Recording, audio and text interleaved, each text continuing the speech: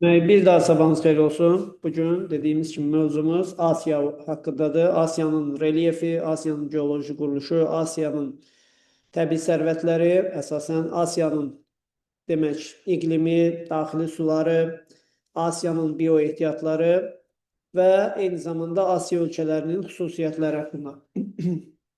İlk öncə başlayaq görək Asiya qədim dövrdə hansı qədim quru sahəsinin tərkib hissəsi olub? Hansı qədim materikin tərkib hissəsi olub? Gondwana. Lavrasiya, Lavrasya. Lavrasiya. bu şimal materikidir, bəli. Lavrasiyanın tərkib hissəsi olub. Bəs hal-hazırda Asiyanın tərkib hissəsində olub. Amma əvvəllər Gondwananın tərkib hissəsində olmuş ərazilər hansılar idi? Afrika idi müəllim. Hindistan. Bu Ərəbistan Ərəbistan, Hindistan. və Hindistan idi. Bu ikinci sualın cavabı Hindistan. Belə. Sonra Asiya bilirsiniz ki, həm yeni yaranmış cavan qırışıqlıq ərazilərdən, həm platformalardan ibarətdir. Asiyanın üzərində həm cavan platformalar var, həm qədim platformalar ki, qədim platformalar hansı geoloji eraya qədər formalaşıb? Paleozoy. Paleozoya qədər, onun birinci dövrünə qədər formalaşıb, Kembriyə qədər. Yəni arxey və preterozoydan söhbət gedir. Əsasən preterozoyda əsaslar qoyulub platformaların. Demək, bir qeyd elədik, paleozoya qədər olanlar, demək, paleozoya qədər, Kembriyə qədər olanlar necə platformalardır? Qədim platformalar. Asiyada olan qədim platformalar hansılar idi? Şərq Avropa. Yox. Şərqi Avropa özün qeyd elədin ki, Avropada yerləşir. Hə. Davam edin. Ərəbistan, Hindistan. Düzdür, Ərəbistan, Hindistan da, amma əsas Asiyanın öz tərkib hissəsini təşkil edən platformalar hansılar idi? Böyük Çinlidən. Sibir, bir də Çin, Koreya. Düzdür, Çin-Koreya platforması. Düzdür, başqa Cənubi Çin və s. də var. Sonra Mərkəzi Asiyada Tarim var.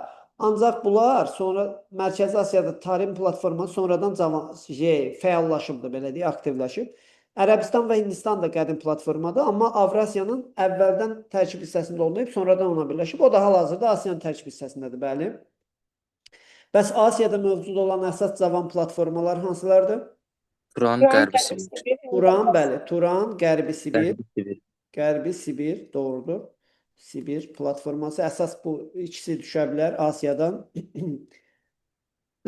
Belə, Asiya neçə geosinklinal qurşaqda yerləşir?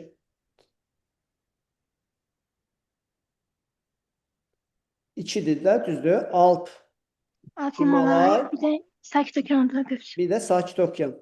Sakit Okean, odlu həlqəsi, doğrudur. Sonra demək, qeyd elədik ki, Asiya ərazisi dünyada ən böyük qitədir və relyefi çox mürəkkəbdir. Bunun səbəbi geoloji quruluş və ümumiyyətlə yerin daxili prosesləri, endogen qüvvələr və həmçinin də eksogen qüvvələrin təsiri həddindən artıq böyükdür Asiyanın relyefinin formalaşmasında. Ona görə bunun sahil xətti sadədir, yoxsa girintili çıxıntılıdır?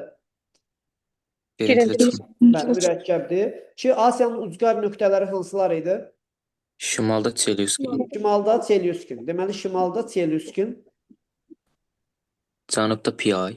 Çelyuskin hansı yarımadada yerləşirdi? Taymır. Taymur. Hansı ölkədə? Rusiya. Rusiyada. Hansı təbii zonada yerləşirdi? Tundra. Arktik səhra. Axı 78 dərəcə şimaldadır. Arktik səhrada. Demək, hansı işıqlanma qurşağına düşür? Arktik. İşıqlanma qurşağı. Qütb işıqlanma qurşağına. Qütb işıqlanma qurşağına. İkinci, indi şərq ucqar nöqtəsi. Şərq ucqar nöqtəsi hansı ölkədə? Brejnev, Rusiya. Brejnev. Skot yarımadası. Bəli, Rusiyada da Skot yarımadasında yerləşir. Hansı təbii zonaya uyğun gəlir? Tundra. Tundradır, bəli. Düzdür, müəyyən qədər yüksəkli hissələr də var orada. Tundra zonasına uyğun gəlir. Demək, qərb yarımkürəsində yerləşir Çelyuskin burnu, şərqi yarımkürəsində. Qərbdə 80 dərəcədən sağda yerləşdiyinə görə, bəli, Avrasiyanın şərq ucqar nöqtəsi olsa da, Avrasiyanın ucqar şərq nöqtəsi özü qərb yarımkürəsində yerləşir. Avrasiyanın həm qərbi, həm şərqi qərbə düşür. Baxmayaraq ki, əsas hissəsi şərq yarım kürəsindədir. Bəs ucqar cənub nöqtəsi hansıdır? Piyay. Cənub, bəli, Piyaydır. Piyay burnu hansı ölkədədir? Malasiyada. Malazya. Malaziyada hansı iqlim qurşağında və hansı təbii zonada yerləşir? Ekvatorial. Ekvatorial, bəli, ekvatorial meşələrdədir, doğrudur.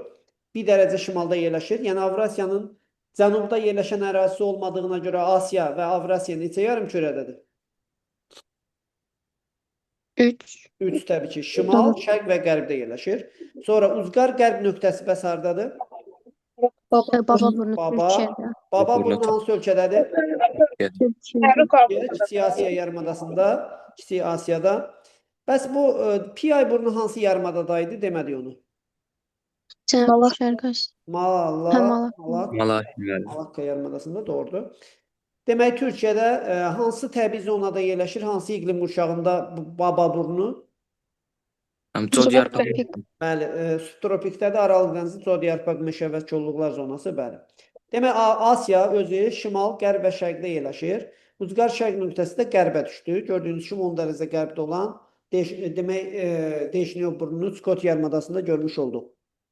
Bu belə. Asiyanın bir çox xüsusiyyətlərini artıq biz sadalamış olduq. İndi isə Asiyanın regionları haqqında danışaq. Asiya özü gördüyünüz kimi neçə regiona bölünür? 6. 6 region. Onun şimal hissəsini hansı ölkə tutub? Rusiya. Rusiyada yerləşən əsas təbii obyektlərdən. Şimalda görürsünüz ki, əsas hissəni düzənliklər əhatə edir. Onlardan biri Qərbi Sibir ovalığıdır. Qərbi Sibir ovalığı demək nə vaxt yaranıb, hansı geoloji erada? Paleozoyda yaranıb da, düzdür? Cavan platformada ona görə. Səthi nə ilə örtülüdür əsasən? Hansı süxurlarla?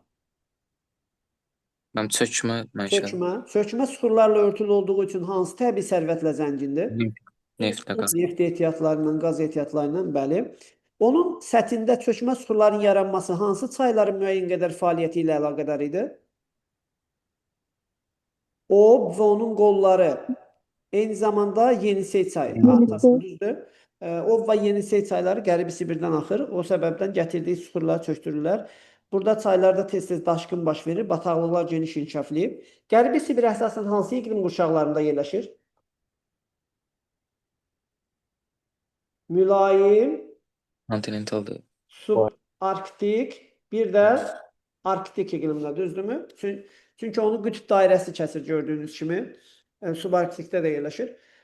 Demək, iynəyarpaqlı meşələr, tayqa zonası, sonra tundra zonası və səhralar, arktik səhralar müəyyən qədər yayılıb ərazisində. Şərq hissəsi isə Orta Sibirdir. Orta Sibir vaxtı ilə dağlıq ərazi olub. Sonradan hansı aşınma nəticəsində, yəni belə deyək, nə prosesi nəticəsində dağlar dağılıb düzənliyə çevrilib? Əsasən akkumulasiya yoxsa denudasiya? Denudasiya mənşəli düzənliklərdə hansı təbii sərvətlər geniş yayılır? Filiz faydalı qazıntılar. Filiz, bəli. Ona görə dəmir filizi ehtiyatı zəngindir bu ərazidə. Demək belə.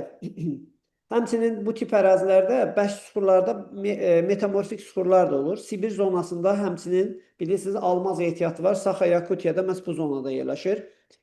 Onun demək şərqindən Lena çayı axır gördüyünüz kimi. Lena çayı da demək Şimal Buz Okeanı tökülən ən böyük çaylardan biridir. O və Yenisey çayının mənsəbi estuari olsa da bunda delta formalaşır. Demək Orta Sibirdən süxurlar parçalanıb dağılır, düzənlik ərazilərdə çöktürülür əsasən. Orta Sibirin şərq hissəsində yaranan Verxayansk və Çersk silsilələri hansı geoloji erada formalaşıb? Mezozoy. Doğrudur, orta yaşlı, əsasən orta dövrdə, yəni Mezozoy dövründə, amma dağ olaraq qədim götürürük. Onları da Skandinaviya və Ural dağları kimi nə kəsir? Qütb dairəsi kəsir, yəni iki işıqlanmada yerləşir, Mezozoy dövrünə aiddir. Bu, Şərqi Asiyada Mezozoy dövründə formalaşmış digər dağ hansıdır bəs? Konuşur. Burada Sxote-Alin dağları var idi, aşağıda işarə elədim həmin hissəni. Ertsin. Sxote-Alin dağlar, Sxote-Alin. Düzdür? Skotalin dağları nə vaxt yaranıb? Verxeyanski silsilələri Mezozoyda. Mezozoyda yaranıb. Bir də qalan digər Mezozoyda yaranan əsas ərazilər Mərkəzi Asiyada Kunlun dağları ilə hansı idi? Tibet yaylası. Tibet. Bunlar Mərkəzi Asiyada, Asiyada ən çox testə düşən 5 dənə Mezozoy erasında yaranmış ərazilər Verxeyonik silsiləsi, Çerik silsiləsi, Skotalin dağları, Kunlun dağları və Tibet yaylasıdır. Yaxşı. Asiyanın şimali regionu əsasən seismik cəhətdən nisbətən sabitdir. Çünki cavan və qədim platformalardan ibarətdir. Ancaq onun şərq hissəsi geosinklinal qurşağıda yerləşir. Sakit Okean, Asiya ərazisi, yəni Avrasiyanın Sakit Okean toqquşma sərhədində. Burada hansı fəaliyyətdə olan vulkan mövcuddur? Lüsab qaz var, Kamçatka yarımadası. Bəli, doğrudur. Kamçatka seismik cəhətdən fəal ərazidə, geosinklinalda yerləşir. O səbəbdən burada fəaliyyətdə olan vulkanlar və geyzerlərə rast gəlmək mümkündür. İsti termal sular və s. mövcuddur. Onlardan səmərəli şəkildə istifadə olunur. Demək, Asiyanın şimal hissəsi bilirsiniz 4-cü dövr buzlaşmasına məruz qalıb. Hələ də daimi donuşluq zonaları var burada. Torpaq 1500 metrə qədər demək olar ki, donmuş vəziyyətdədir. Yalnız yay aylarında demək 1 metr yarıma yaxın demək səth hissə buzdan azad olur, bataqlıqlar inkişaf edir. Bu səbəbdən bəzən evlər dirəklər üzərində inşa olunur. Asiyanın çayları da qışda donur, bəzən üzərindən şose yolu kimi əsasən istifadə olunur bu çaylardan. Yay aylarında buzlaqlar əridikdə bu çaylardan ağac axıdılmasında sal kimi istifadə edirlər. İndi keçək Şərqi Asiyaya, Şərqi Asiyanın relyefinə baxaq. Şərqi Asiya hansı ölkələrdən ibarətdir əsasən? Çin. Yaponiya, Japonya. Xalq Demokratik Respublikası, bir də onun cənubunda Koreya Respublikası. Bunlardan hansılar inkişaf eləmiş ölkələrdir? Yaponiya. Yaponiya ilə Koreya. Yaponiya, bir də Cənub Koreya. Bəli. Digər iki ölkə Çinlə Şimal Koreya. KXDR, Koreya Xalq Demokratik Respublikası. Əsasən hansı idarə etmə formasını, yəni daha doğrusu belə deyək ki, iqtisadi cəhətdən necə ölkələr sayılır bu ölkələr? Bu ikisi. Sosyalist. Sosialist, bəli. Buna Laosla nümunə olaraq Vyetnam. dünyada hansı ölkələri misal göstərə bilərik? Laos, Vietnam. Laosla, bəli. Laos, Vietnam, Bir dənə də var idi deyəsən 5 bunlar dənə. hansı regionda yerləşirlər? Cənub-Şərqi Şərqi Asiya. Asiyada, Laos, Vietnam. Bir də demək, Latın Amerikasında Vestindi adalarında yerləşən Kuba buna aiddir ki, bunlar da necə ölkələrdir? Sosialist ölkələrdir. Ki, indi bunların relyefinə baxsaq, görərik ki, Çinin şərq hissəsi əsasən düzənliklərdən ibarətdir. Burada hansı düzənlik yerləşir, məşhur düzənlik? Böyük Çin düzənliyi. Böyük Çin düzənliyi. Böyük Çin düzənliyi və Koreya birlikdə hansı platformanı əmələ gətirmişdi? Çin Koreya. Çin Koreya platformasını. Onun qərbində Paleozoy erasında yaranmış bir qədim dağ silsiləsi var. Xingan. Böyük Xingan dağları, Xingan dağları da belə də deyə bilərik. Demək, sonra əsasən düzdür, Tibet yaylası Mərkəzi Asiyaya düşür, amma biz çox hissəsi Çinə düşür. Və ya Gobi yaylası var, üzəri isti və quraq olduğu üçün səhraya çevrilib. Sonra burada Cənubi Çin platforması var. Demək, bu Çin düzənliyinin üzərindən Tibet yaylasından başlayan hansı məşhur çaylar keçir? Yansızı bir də Xuanxi. Xuanxi çayları, bəli. Onlardan hansı Lios yaylası üzərindən keçərək Lilli suxurları Sarı dənizə aparır? Xuanxi. Xuanxidir, düzdür. Okay. Hansının üzərində məşhur üçdərə su elektrik stansiyası Yansız. fəaliyyət göstərir? Yansısı. Onlar hər ikisi bir-birinə böyük kanal vasitəsilə birləşdirilib, bəli. Yansız doğrudur. Yansız Asiyanın ən bol sulu çaylarından biridir və ən uzun çaydır. Asiyanın bəs ən bol sulu çay hansı idi? Qanq çayıdır, bəli. Şərqi Asiya əsasən hansı iqlim qurşaqlarında yerləşir? Musson, mülayim. Musson, mülayimin, bir də subtropikin əsasən mussonuna düşür. Demək, bu isə daha çox mussonludur. Biraz Çinin ərazisi çox böyükdür.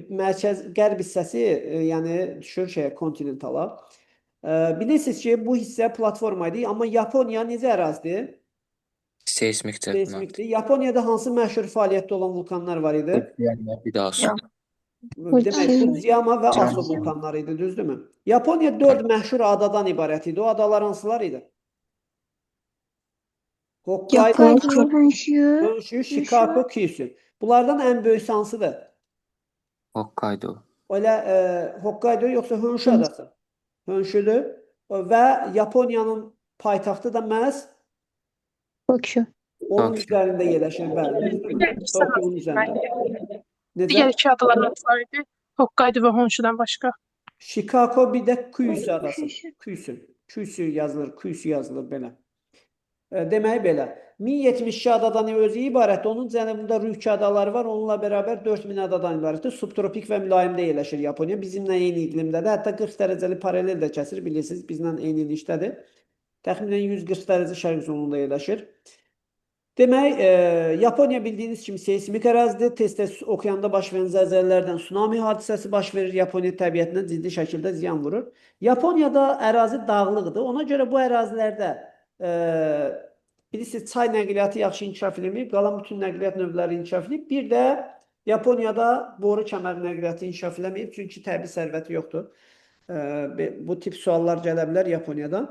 Bu tip ölkələrdən, yəni Şərqi Asiya ölkələrindən, yəni bu regiona aid olan ölkələrdən hansılar əsasən monarxiya idarə etmə formasına malik idi? Yaponiya. Yaponiya təkcə düzdür. Qalanları respublika idarə etmə formasına malikdir. Bunlardan hansılar inkişaf etmiş ölkə idi?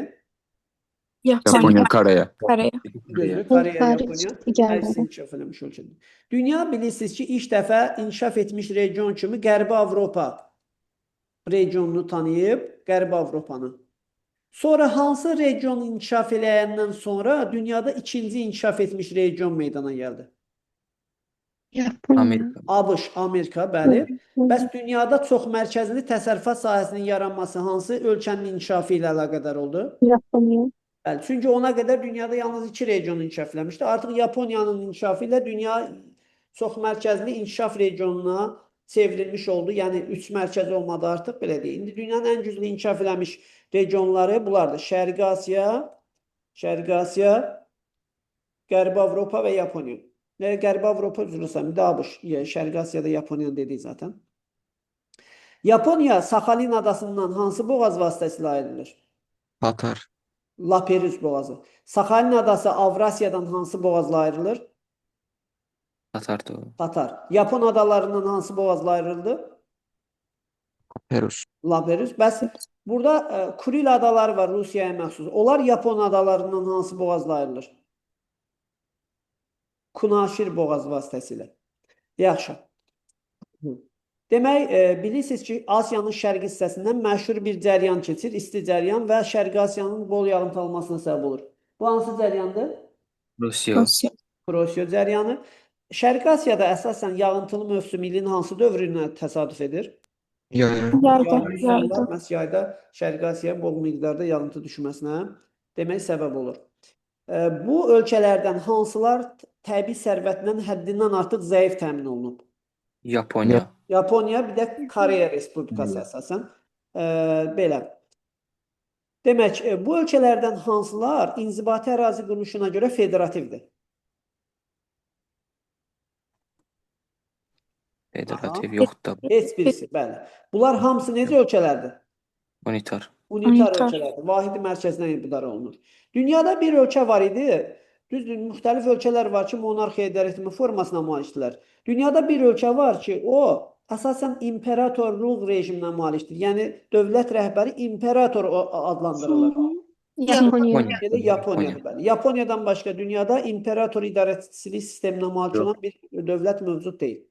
Yaxşı. Demək, bu Yaponiya digər ölkələrlə bağlı. Bilirsiniz, Yaponiyanın əsas inkişaf eləmiş hissəsi onun şərq və cənub-şərq hissəsidir. Çinin də şərq hissəsidir. Bunun səbəbi nədir? Qərbin dağlıq olması. Əsasən təbii sərvətlərin xarici bazardan təmin olunması və İran körfəzi və yaxud məsələn deyək ki, Avstraliyadan, eyni zamanda Amerikadan təmin olunmasıdır ki, məhz gəmilərin gəldiyi istiqamət əsasən daha yaxşı inkişaf edib, Yaponiyanın şərq və cənub hissəsi, amma şimal və Hokkaido adası və qərb hissəsi yaxşı inkişaf etmədiyinə görə ona kölgəli Yaponiya deyilir, həm müəyyən qədər azdır. Bu regionda bir megalopolis var idi, adı nə idi onun? Hokkaido. Tokaydo hansı şəhərlər onun tərkib hissəsinə daxil idi? Nagasaki, Hiroşima. Nagasaki, Hiroşima şəhərləri atom bombası atılan əsas şəhərlər idi də. Tokyoda, Osaka, Yokohama, Nagoya, Kobe, Kutakushi kimi şəhərlər məhz bura aiddir. Yokohama, Bu bəli. şəhərləri biz hansı mövzudan tanıyırıq həmçinin? Bu şəhərlər Yaponiyada həm meqalopolisin tərkib hissəsinə daxildir, həm də məşhur nə şəhərlərdir bunlar? Liman şəhərləri. Liman şəhərlərdir, bəli. Dünyada ən böyük aglomerasiya, hansı ki bir şəhərin böyüyərək digər şəhərlərin özünə birləşdirilməsi prosesi məhz Yaponiyada müşahidə olunur. 40 milyona yaxın əhalisi olan ən böyük şəhər hansı şəhərdir? Tokyo paytaxt. Tokyodur, bəli. Bəs Şərqi Asiyada ən böyük ticarət dövriyyəsinə malik olan liman hansı ölkədə yerləşir? Çində də adı nədir? Şanxay demək. Şanxay. Bəli, Şanxay dünyada ən böyük ticarət dövriyyəsinə malik olan liman Şanxaydır. Bu Yaponiyada bir elm şəhəri var idi. Adı necə idi onun?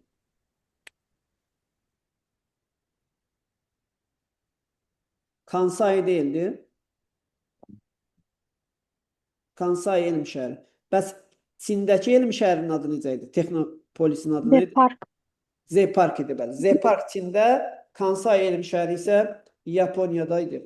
Yaxşı. Elm şəhəri düşür ki, Düşə bilər. Hissə test topusunda onunla bağlı sual var. Yəni mövzu dərslikdə var da, yəni niyə də düşməsin? ET-dən sual gələ bilər. Sonra digər region Cənub-Şərqi Asiya. Cənub-Şərqi Asiya bax bu regiondur. Gördüyünüz kimi hansı ölkələr bura daxildir? İndoneziya, Vyetnam, Myanmar. Aha. Malayziya. Malayziya, Vietnam, Kamboca, Laos, Myanmar, Singapur. Singapur, bir dənə də balaca dövlət var, kiçik. Brunei. Brunei, bir dənə Laos. Timor dövləti var, Laos qeyd elədik. Bunlar deməli düşür Cənub-Şərqi Asiyaya. Cənub-Şərqi Asiya bilirsiniz ki, həm müəyyən qədər Sakit Okean odlu əlqəsində, həm də Alp-Himalay geosinklinal qurşağında yerləşir. Seysmik cəhətdən fəaldır, düzdür. Dağlar arasında yerləşən düzənliklər də var. Bəzi ərazilər müəyyən qədər daha əvvəl yaranıb. Məsələn, Mesopotamiya ovalığını, Mekong ovalığını misal göstərə bilərik. Demək, bu ərazidə əsas fəal zonalar daha çox hansı ölkələrdədir? İndoneziya, bir də hansı ölkədədir? Filippində. Bu Filippində fəaliyyətdə olan vulkanlar hansılar idi? Apo Pinatubo. Düzdür. Bəs İndoneziyada? Krakatau, Slamet, Kerinci. Slamet'e ehtiyac yoxdur. Krakatau, bir də Semeru. Kerinci dedim, bəli. Kerinci. Yaxşı. Bu ərazi ada və yarımadalardan ibarətdir. Dünyanın üçüncü ən böyük yarımadası burada yerləşir. Adı nədir onun? Zond adaları. Hind-Çin yarımadası. Yarımada. Bu yarımadada yalnız bir ölkənin dünya okeanına çıxışı yoxdur. Ümumiyyətlə Cənub-Şərqi Asiyada. Şərqi Asiyada hamısının çıxışı var idi. Çin, Koreya və Yaponiya kimi ölkələrin. Cənub-Şərqi Asiyada bir dənə ölkənin çıxışı yox idi. Hansı idi? Laos. Laosdur, bəli. Demək, bu region mühüm nəqliyyat yolları üzərində yerləşir. Sakit Okean və Hind okeanları arasında. Burada ən məşhur boğazlar hansılardır ki, ticarət dövriyyəsində mühüm rola malikdir? Hansılar? Malakka. Malakka. Malakka boğazı hansı əraziləri ayırır bir-birindən? Sumatra ilə Malakka adasını. Sumatra adası ilə Malakka yarımadasını bir-birinə ayırır. Digər ikinci məşhur boğaz hansıdır? Zond boğazı deyildi. Sumatra adasını Yava adasından ayırırdı. Bu ərazilərdə yerləşən hansı adalar üç yarımkürədə yerləşir? Kalimantan. Sulawesi, bir də Sumatra adası. Onları ekvator xətti kəsir. Əsas iqlim qurşaqları hansılardır bu ərazidə yayılmış əsas iqlim qurşaqları? Ekvatorial. Ekvatorial və subekvatorial. Məsələn, Filippinin bir hissəsi subekvatorialdadır, Hindçin subekvatorialdadır. Ekvatoriala düşən ərazilər Malakka yarımadası, Sumatra, Kalimantan, Sulawesi kimi adalardır. Burada daxili dənizlər çoxdur. Qeyd eləmişdik, yadınızdasa Moluk dənizi idi, Sulawesi idi, Yava kimi dənizlər. Sonra bu ərazi bilirsiniz bir məşhur təbii sərvətlə tanınır, zəngindir. Yəni Qalay Wolfram qurşağı. Qalay Wolfram qurşağı. Hansı ölkələr əsasən bu təbii sərvətlə tanınırlar? İndonezya, Meksika. Malezya. İndonezya. Malezya, bir de Tayland əsasən, düzdür. Amma neft ehtiyatlarında zəngin olan ölkələr var. İndonezya, Malezya, Brunei kimi ölkələri misal verə bilərik neft ehtiyatları ilə zəngin olan ölkələr qrupuna. Yaxşı. Bu ərazi qeyd elədik ki, əsasən demək əlverişli iqlimə malikdir. Bu səbəbdən əhalinin sıxlığı çoxdur bu regionda. Burada əhali həm Afro-Asiya dil ailəsində danışır, Avstroneziya dil ailəsində danışır müəyyən qədər. Bir də bir hissəsi də Çin-Tibet dil ailəsinə aiddir. Məsələn, Myanmanı misal göstərə bilərik. Demək, bu regionda inkişaf eləmiş bir dənə ölkə var. O hansı idi? Singapur. Singapur. Singapur idi, bəli. Singapur adada yerləşən bir dövlətdir. Sahillərindən ən çox gəmi keçən demək olar ki, ölkə kimi də dünyada məşhurdur. Yəni 25 milyon gəmi demək olar ki, bunun sahillərindən ötüb gedir. Demək belə. Demək, Cənub-Şərqi Asiyada ilin hansı dövründə yağıntılar çox düşür? Yayda. Ekvatorialda il boyu, amma demək Hindçin yarımadasında əsasən Filippin adaları müəyyən hissəsində isə yayda, bəli, subekvatorial iqlim qurşağında yerləşdiyinə görə. Dedik, əlverişli yollar üzərindədir, bir dənə inkişaf eləmiş ölkə var. Burada yerləşən bir çox ölkələr əsasən yeni sənayeləşmiş ölkələr idi. İnkişaf etməkdə olan ölkələr olsalar da iqtisadi cəhətdən, sənaye cəhətdən inkişaf etmiş ölkələrə yaxınlaşan ölkələr idi. Hansılar idi onlar? Yeni sənayeleşmiş ölkələr, inkişaf etməkdə olan ölkələr içərisində iqtisadi cəhətdən nisbətən inkişaf eləmiş ölkələr var idi. İndonezya var. Bəli, İndonezya, Malezya. Malezya, Tayland, Tayland. Filippin. Bəli. Əsasən bu ölkələr, demək necə ölkələrdir? Yeni Bu sanayi. ölkələr yeni sənayeleşmiş ölkələrdir, düzdür. Dedik, inkişaf etməyiblər, amma inkişaf etməkdə olan ölkələr kimi sənaye cəhətdən yaxşı inkişaf ediblər. Bu regionda bir çox təbii sərvət var idi, onu qeyd elədik, neft xüsusilə qalay wolfram, bir də meşə resursları ilə və su ehtiyatları ilə nisbətən yaxşı təmin olunublar. İnkişaf eləmiş ölkə bir dənə idi, digərləri inkişaf etməkdə olan ölkə idi, əlverişli yolları qeyd elədik ümumilikdə və salam. Sonra burada monarxiya ölkələri hansılaydı, onu qeyd eləməmişik. Malezya, Malezya, Myanmar. Tayland'da. demək Kamboca, sonra Tayland, sonra hansı? Myanmar. Myanmar. Brunei, Brunei, bəli. demək monarxiyadır. Dediniz, Myanmar monarxiya ölkəsi deyildir. Myanmar respublika idarə etmə formasına malik bir ölkədir. Yaxşı. Demək, bunlar oldu monarxiya idarə etmə formasına malik. Bəs burada federativ ölkə varmı? Malezya. Bəli. Onda Malezya həm federativdir, həm monarxiya. Dünyada buna bənzər başqa hansı ölkələr var? Ərəbdir. Almaniyadır. Yox, Almaniya monarxiya deyil. Belçikalar, Belçika, Birləşmiş Ərəb Əmirliklərində, bir də bir də Maleziyada. Malezya. İspaniya çıxarılıb. İspaniyadan çıxarıblar. Malezya. Bu tip ölkələr deməli həm monarxiyadır, həm də federativ Federativ. inzibati ərazi Federativ. quruluşuna malik olan ölkələrdir. Dedi, bir dənə ölkənin çıxışı olmadı, o da Laos idi. Gəldi indi Cənubi Asiya ölkələri. Cənubi Asiya ölkələri hansılar idi? Pakistan, Hindistan, Pakistan, Bangladeş. bəli. Hindistan, Bangladeş. Nepal da var. Yox, Nepal, Bhutan, Bangladeş, Sri Lanka. Var idi. Bhutan, Sri Lanka, Maldiv olmalıdır. bir də Maldiv. Bəli, Maldiv. Maldiv Hindistanın cənub-qərb tərəfində və burada nə mənşəli adalardan ibarət idi?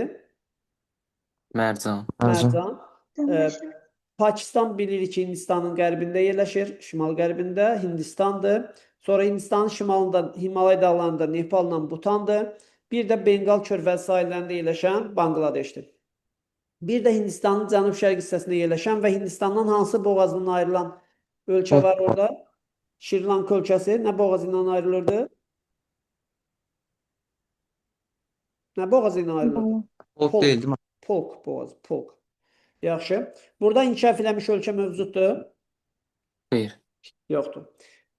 Demək, federativ ölkələr hansılar idi bu ölkələrdən? Hindistan, Pakistan. Pakistanla Hindistan. Nepal da Tarixi var. coğrafi məskunlaşmaya görə federativ idilər, yoxsa etnik xüsusiyyətlərə, çox millətli olmasına görə? Çok Millet. millətli. Etnik xüsusiyyətlərinə görə, bəli, çox millətlidirlər. Başqa hansı ölkələri misal verə bilərik ki, məsələn, onlar etnik xüsusiyyətlərinə görə çox millətlidirlər? Nigeriyada var idi. Rusiya, bəli. Ha? Nigeriya kimi ölkələr, bəli, bu qrupa daxildir. Amma Amerikada olan ölkələr, sonra Avropada olan, məsələn, Almaniya kimi ölkələr, bunlar etnik xüsusiyyətlərinə görə yox, tarixi məskunlaşmaya görə. Amma məsələn, qarışıqlar da var. Məsələn, Belçika qarışıqdır, İsveçrə məsələn qarışıqdır, Fransız, Alman, İtalyanlardan ibarətdir, konfederativ ölkə. Onları etnik xüsusiyyətlərinə görə qeyd edə bilərik. Demək, bu region əsasən dediyi platformadan ibarətdir.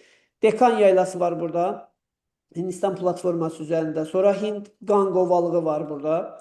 Məhz Hind çaylarının əməl gətirdiyi, Brahmaputra çaylarının əməl gətirdiyi çökmə sulardan ibarətdir. Ki, müəyyən qədər Hind-Qang ovalığı çökmə sulardan ibarət olsa da, Dekan yaylası hansı təbii sərvətlə məşhurdur? Filiz. Filiz, bəli. Həmçinin Hindistanda kömür ehtiyatları da var. Demək, dəmir filizi ilə tanınır Hindistan əsasən dünyada. Bəli. Sonra, demək, bu region bilirsiniz ki, şimal hissəsi Himalay dağlarının formalaşmasında iştirak edir. Şimal hissəsi seismikdir. Ki, Himalay dağlarının ən yüksək zirvəsi nə qədər idi? 8848. Cənubi Asiya ilə Mərkəzi Asiya arasında, demək, daha doğrusu biraz indi burada baxsaq Çinlə düşdüyünə görə Şərqi Asiya ilə əsasən Cənubi Asiya arasında sərhəd rolunu oynayır. Nepalla Çinin sərhədində yerləşir. Nepalla Çinin Himalay dağlarının ən yüksək zirvəsi. Demək, bu hissəni qeyd elədik. Heç birisi inkişaf eləmiş ölkə olmadı, düzdür. Hamısı inkişaf etmişdə olan ölkələrdir. Və bu ölkələrdən deyək ki, məsələn, heç birisi, daha doğrusu, heç birisi deməyək, hansılar monarxiya idi, onu qeyd eləmədik. Monarxiya ölkələri Asiyanın. Yoxdur mənim burada. Monarxiyası var. Var. Bəli. Hansı idi burada monarxiya? Yaponiya. Butan monarxiyadır.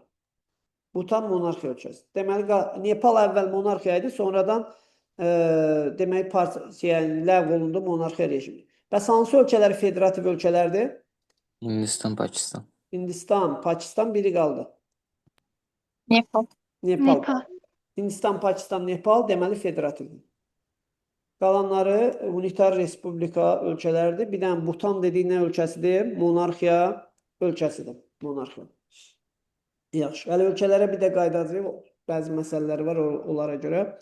Gəldik Cənub-Qərbi Asiya regionu. Cənub-Qərbi Asiyaya aid olan ərazilər hansı ərazilərdir?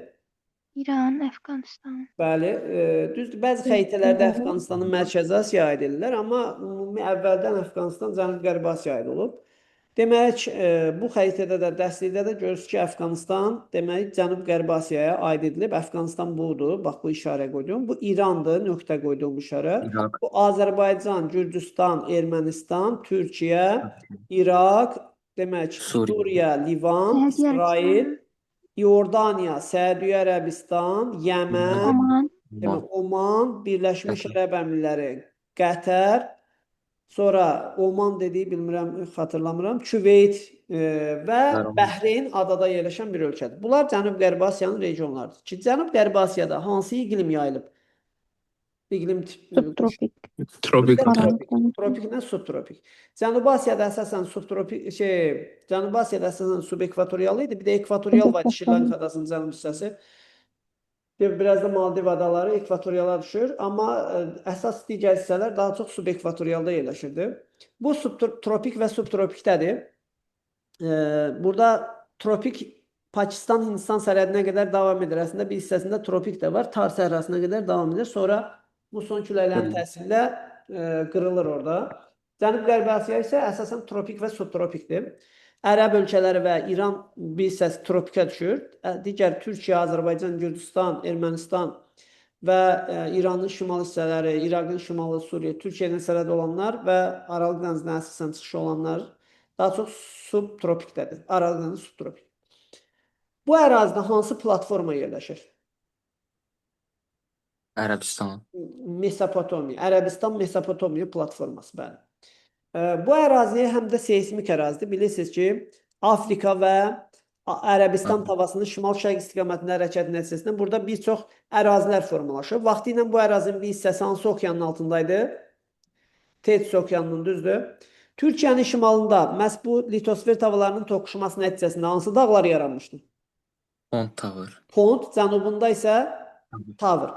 Onun Tavr, mərkəzi hissəsini hansı yayla tutur? Anadolu. Şərq hissəsində Türkiyənin ən yüksək hansı zirvəsi yerləşir? Ağrı dağı. Ağrı dağının hündürlüyü nə qədərdir? 5165. Düzdür.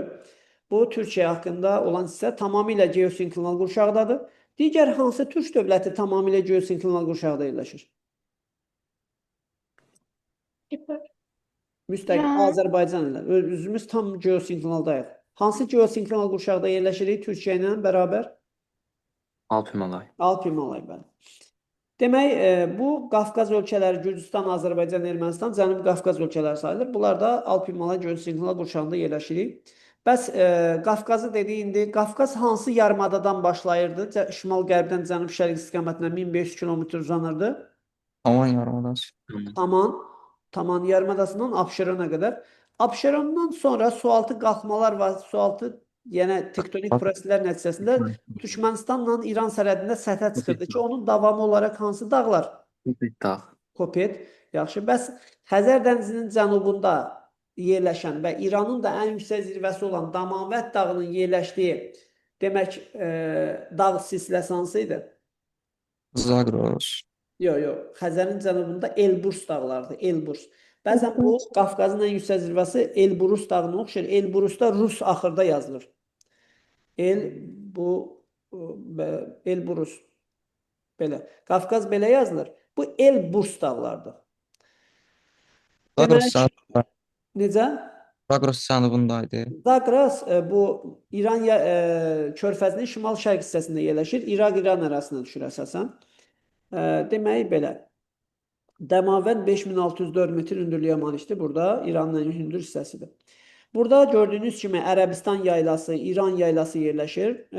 Fiziki aşınma güclü təsirə məruz qoyub bu ərazilərdə suxurları parçalayıb, yaylılar formalaşdırıb, dağları dağıdıbdır müəyyən qədər. Burada yerləşən səhralar Rübəl Xali səhrası, Böyük Nəfud, Kiçik Nəfud Ərəbistan üzərində.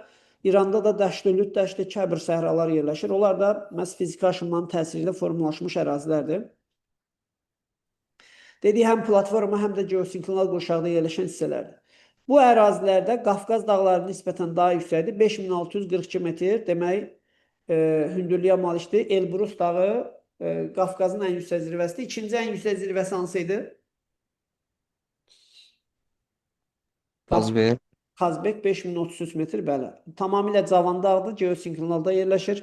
Yəni geosinklinalın neçənci mərhələsinə aiddir Qafqaz dağları? Üçüncü mərhələsinə, bəli. Cavan dağlar 3, qədim dağlar 4-cü mərhələyə aiddir. Bu regionda yerləşən hansı ölkə əsasən inkişaf eləmiş ölkədir? Yoxdur, inşa etmiş. İsrail. İsrail. Demək, Asiyada Yaponiya oldu, Koreya oldu, Singapur, bir də İsrail inkişaf eləmiş ölkədir.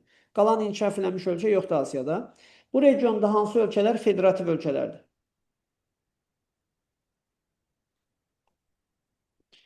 Türk dövlətləri deyil, ona görə çıxırıq. Qonşularımızdan Asiyada yerləşən heç bir ölkə federativ deyil. Yalnız bir dənə Rusiyadır, o da yəni, əsas Avropa ölkəsi sayılır. Ərəb ölkələrindən hansıları federativdir? Birləşmiş Ərəb Əmirlikləri. İraq, bəli, İraq parçalanıb bax sonradan müxtəlif qruplar tərəfindən idarə olunur. Sonra Birləşmiş Ərəb Əmirlikləri, bəli, federativ ölkədir bu zonada. Bəs monarxiya ölkələri hansılardır? Yordaniya, Küveyt. Monarxiyalar iki qrupa bölünür. Mütləq monarxiyalar, bir də konstitusiyalı monarxiyalar. Mütləqlər hansılardır? Omandır. Oman, Qətərdir, Səudiyyə Ərəbistan. Qətər, Birləşmiş Səudiyyə Ərəb Ərəbistan, sonra Var hələ. Bahreyn də var idi. Birləşmiş Ərəb Əmirlikləri, Bəhreyn. Bunlardan biri biraz mütləq monarxiyanın fərqli idarə etmə formasına malikdir. Səudi Ərəbistanı teokratik. Teokratikdir. Teokratik. Bu mütləq də həmçinin. Çünki rəhbərlər bir şəxs tərəfindən idarə olunur.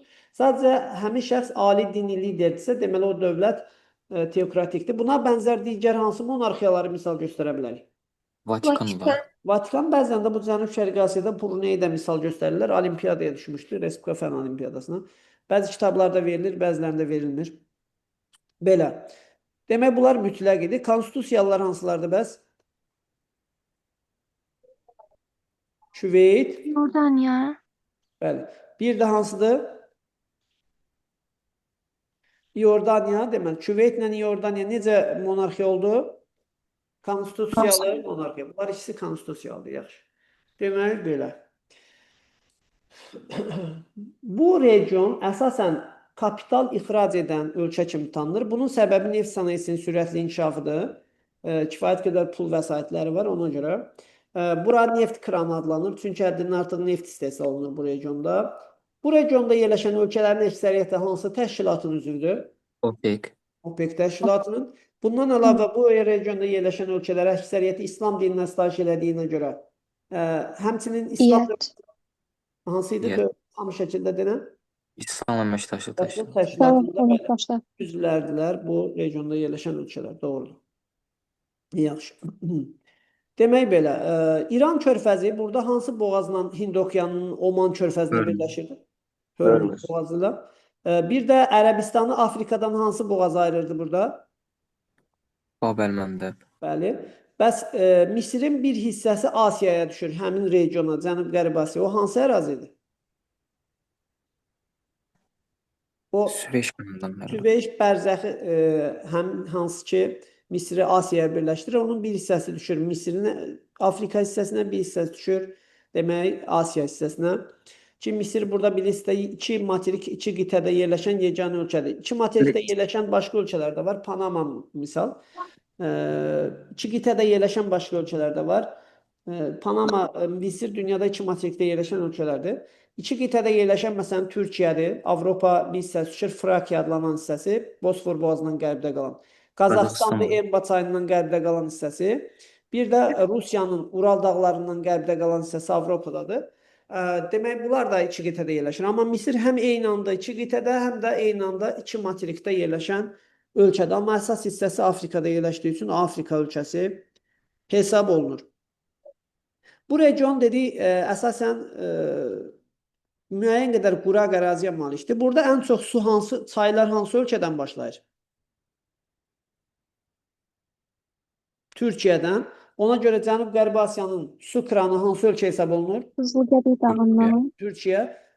Türkiyədən başlayan hansı çaylar demək İran körfəzinə tökülür? Dəzlə Fərat. Onlar mənsəbə 200 kilometr qalmış birləşərək hansı çay əmələ gətirirlər? Şəddülərə. Düzdür. Türkiyədən başlayan digər çaylar isə Atlantika aid ola bilir. Məsələn, hansı ki, Yaşılırmaq, Qızılırmaq, Qaradənizə, Seyhan, Ceyhan çayları Aralıq dənizinə, bir də eyni zamanda daxili axarsuz hövzəyə aid olan çaylar da var. Bunlara Araz və Kürü misal göstərmək olar. Kür hansı silsilədən başlayırdı? Araz hansı ərazidən başlayırdı? Kür Bingöl idi, Araz da Bingöldən Qızılgədi. Araz Bingöldən başlayır. Bəli, Türkiyədə bəli. Qızılcərik dağları. Qızılcərik dağından isə Kür başlayırdı, doğruydu. Belə. Burada yerləşən göllərdən hansı əsasən insan çiməndə demək o qədər sıxlığa malikdir ki, duzluğa malikdir ki, Qırmızı dəniz. Qırmızı dənizdir, okean hövzəsidir. Ölü dənizdir. Ölü dənizdir. Hansı ki, o qədər duzludur ki, insanlar orada çiməndə batmırlar. Bu gölün səviyyəsi okean səviyyəsindən ən aşağıda yerləşən qurudakı ərazidir. Yəni, quruda ən çökək yer Ölü dənizin sahilləridir.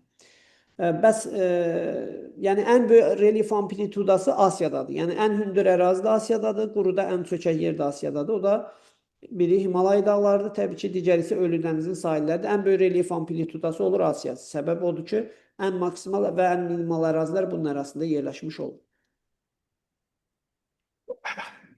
Sonra Gəldik Mərkəzi Asiya. Mərkəzi Asiya hansı ölkələrdən ibarətdir? Mərkəzi Asiya.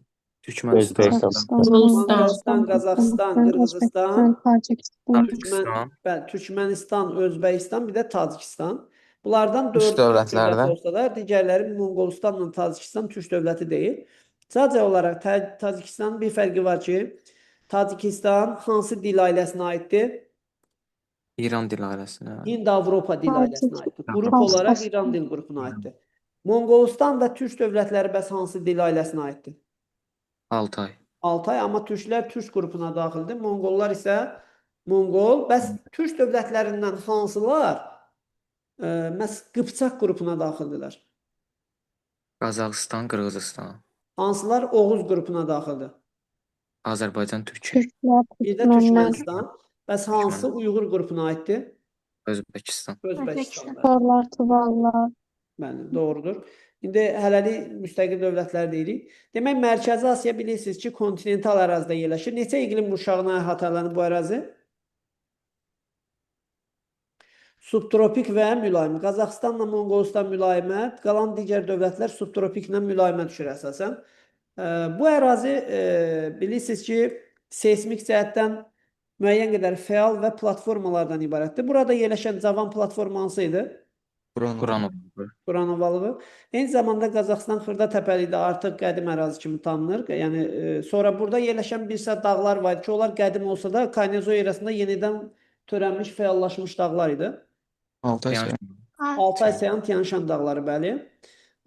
Demək, bu dağlar yenidən cavanlaşmış, yenidən Hələ fəallaşmış. demək Tian-Şan dağlarının ən yüksək zirvəsi hansı idi?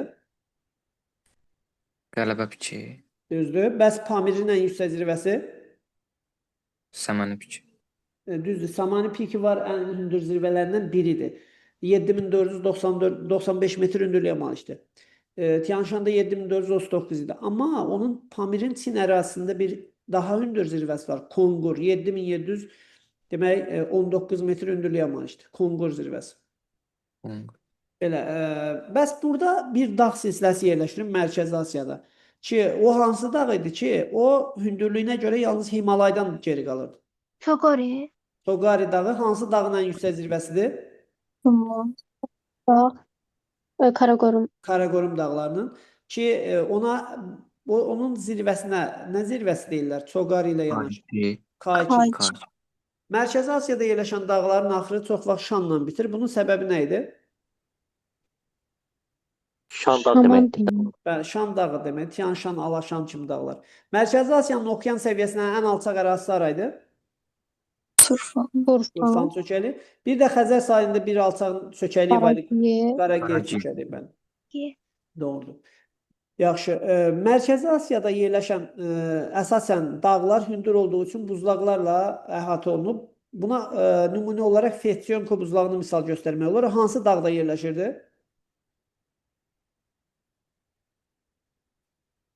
Fetsionko buzlağı Pamir dağlarındadır. Bir dənə buzlaq nümunəsi var. O da Fetsionkodur. Pamir dağlarında yerləşir. Yəni dərslikdə verilən bir dənə nümunə odur. Yaxşı. Burada çaylar əsasən buzlaqlarla qidalanır deyə yayda bolsa olur. Bu çaylara hansılar nümunə göstərmək olar? Amudərya ilə Sırdərya. Amudərya ilə Sırdəryanın ayrı-ayrılıqda mənbələri hansı ərazilərdir? Aral dənizi. Mənbələri. Biri Pamir dağlarıdır. Amudərya Pamirdən. Sırdərya isə Tian-Şan dağlarından başlayır. Mənsəbləri Aral olmalıdır. Amma suvarmada istifadə olunduqlarına görə demək olar ki, sular gedib gölə çatmır. Bu səbəbdən göldə yavaş-yavaş quruyur. Aral vaxtı ilə dünya dördüncüsü olsa da indi səhraya çevrilən dəniz adlanır. Getdikcə quruduğu üçün. Aral hansı ölkələrin arasında yerləşir? Qazaxıstan, Türkmənistan, Özbəkistan. Yox, iki ölkədir. Qazaxıstan, Özbəkistan. Özbəkistan. Bəs onu qurudan ölkələr hansılardır? Özbəkistan, Türkmənistan. Bəli. Amudərya çayından kanal çəkərək ərazisini suvaran ölkə hansıdır? Özbəkistan. Amudərya sol tərəfdədir. Xəzərə yaxın ölkə hansı ölkədir? Türkmenistan. Bəli, Sırdərya isə sağdadır. O Özbəkistan. Özbəkistan hansı səhranı Qızılqum. Qızılqum kanalı ilə suvarır? Ən uzun suvarma kanalı hansı idi dünyada? Qaraqum kanalı idi ki, məhz Amudaryadan çəkilib Qaraqum sərhədinin su varması. Bundan başqa burada bəzi çaylar var. Tarim var, məsələn, quruyan çaydır. Demək, Sinsizyan yuxarıdan axır, gedib Mənsəbə çata bilmir. Sonra Balxaş gölünə bir çay tökülürdü. Adı nə idi o çayın? İli. İli, bəli. O Balxaş gölünə töküldüyü hissədə duzluq azaldır, əks tərəfdə duzluq çoxdur. Xəzərə bənzəyir bu xüsusiyyətinə görə. Volqa çayının töküldüyü hissədə duzluq az, əks tərəfdə çoxdur. Bəs burada bir göl var idi, Axarlı gölü. Oradan İrtiş çayı başlayırdı. Hansı göl idi o? İstiqol Gölü. Zaysan gölü. Bəs Qırğızistanda yerləşən dağlıq ərazidə olmasına baxmayaraq temperaturu nisbətən yüksək olan göl hansı idi? İstiqol. Yaxşı, bəs Çin ərazisində yerləşən və duzlu olan göllər, Mərkəzi Asiyanın duzlu gölləri, Labnor kiçik Labnor. Labnor, Kuknor gölləri, bir də elə Aral və sair özləri də duzludur da. Bunlar Araldır, Balxaşdır, bunlar duzludur. Ən çox göl Qazaxıstandadır. Yaxşı. Mərkəzi Asiyada bayaq qeyd elədik, Kunlun və Tibet mezozoyda formalaşmışdı. Altay Sayan Tianshan dağları əsasən paleozoyda formalaşıb. Düzdür, Kaynozoyda yenidən cavanlaşıb. Altayın ən yüksək zirvəsi Beluxadır, 4506-dır. Tianshan dedik, Qəbələ Pik idi, 7439. Pamir dedik, 7719, bir də 7495, biri yəni Kongur, bir də Samani Pik idi. Onun iki zirvəsi məşhurdur. Qaraqorum da dedi ki, 8611 K2 və ya Çoqari zirvəsi Mərkəzi Asiyanın hündür əraziləridir. Belə, Mərkəzi Asiyada yerləşən dövlətlərdən inkişaf eləmiş ölkələr hansılardır? Yoxdur inkişaf. Yoxdur, təbii ki. Monarxiya ölkələri hansılardır? Monarxiya da yoxdur. Yoxdur. Federativ ölkələr hansılardır? Federativdə yoxdur. Federativ Yoxdur da, təbii ki, hamısı unitar ölkələrdir. Demək belə, heç birisi monarxiya idarə etmə formasına malik deyil. Bunlardan yeni sənayeləşmiş ölkələr var mı ümumiyyətlə? Qazaxıstan. Asiyada Qazaxıstan. Əsasən Qazaxıstan inkişaf etməkdə olan ölkələr içərisində keçid dövrünə aid olan ölkələr qrupunda verilir daha çox. Hansı ki, vaxtı ilə SSR-nin tərkibində olub, sosialist rejimlə malik olub, sonradan kapitalizmə keçən ölkələr qrupundadırlar. Ən zəngin təbii sərvət təbii ki, Qazaxıstandadır. Dəmir filizidir, mis ehtiyatıdır, alüminitdir, sonra uran ehtiyatıdır, zəngindir. Neft ehtiyatlarının həmçinin Tengiz əsasən ərazisi.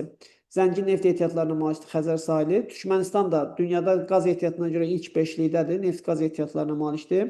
Özbəkistan kömür müəyyən qədər, amma Özbəkistanı əsas məşhurlaşdıran təbii sərvət hansıdır? Qızıl. Qızıl ehtiyatıdır, bəli. Qızılına görə fərqlənir. Qırğızistan və Tacikistan biraz geri qalmış ölkələrdir. Monqolistan da həmçinin bu qrupa aid olan ölkələrdəndir. Belə, bunlar hamısı hansı işıqlanma qurşağında yerləşirdilər? Mülayim. Mülayim. İşıqlanmada. Bəs həm mülayim, həm də tropik işıqlanmada yerləşən Asiya ölkələri hansılar idi? Azərbaycan idi. Yox, Azərbaycan yox.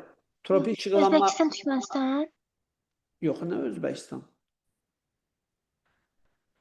Tropik xətti 23,5 dərəcə Onlar cənubdan keçir. Hansı ölkələr keçir? Hindistan olacaqdı, Çin olacaqdı, Ərəbistan olacaqdı. Demək, hansı ölkələr? Birinci Səudiyyə Ərəbistandan başlasaq. Səudiyyə Ərəbistan, sonra Hindistan, Birləşmiş Ərəb Əmirlikləri, sonra Oman, sonra Pakistan, demək, daha doğrusu üzrlüsən, Hindistan, sonra Bangladeş, Hindistan, Bangladeş, sonra Myanmar, sonra isə hansı ölkə? Çin. Demək, bunları cənub tropik xətti kəsir, şimal tropik xətti kəsir.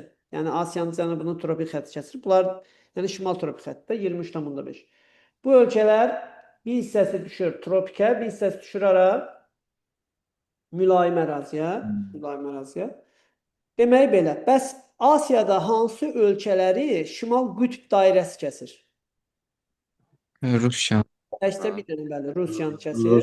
O şimal qütb işıqlamada yerləşir. Digər Avropa ölkələrindən hansılar idi? Finlandiya. Norveç, Norveç. Finlandiya kəsidir, bəli. Finlandiya.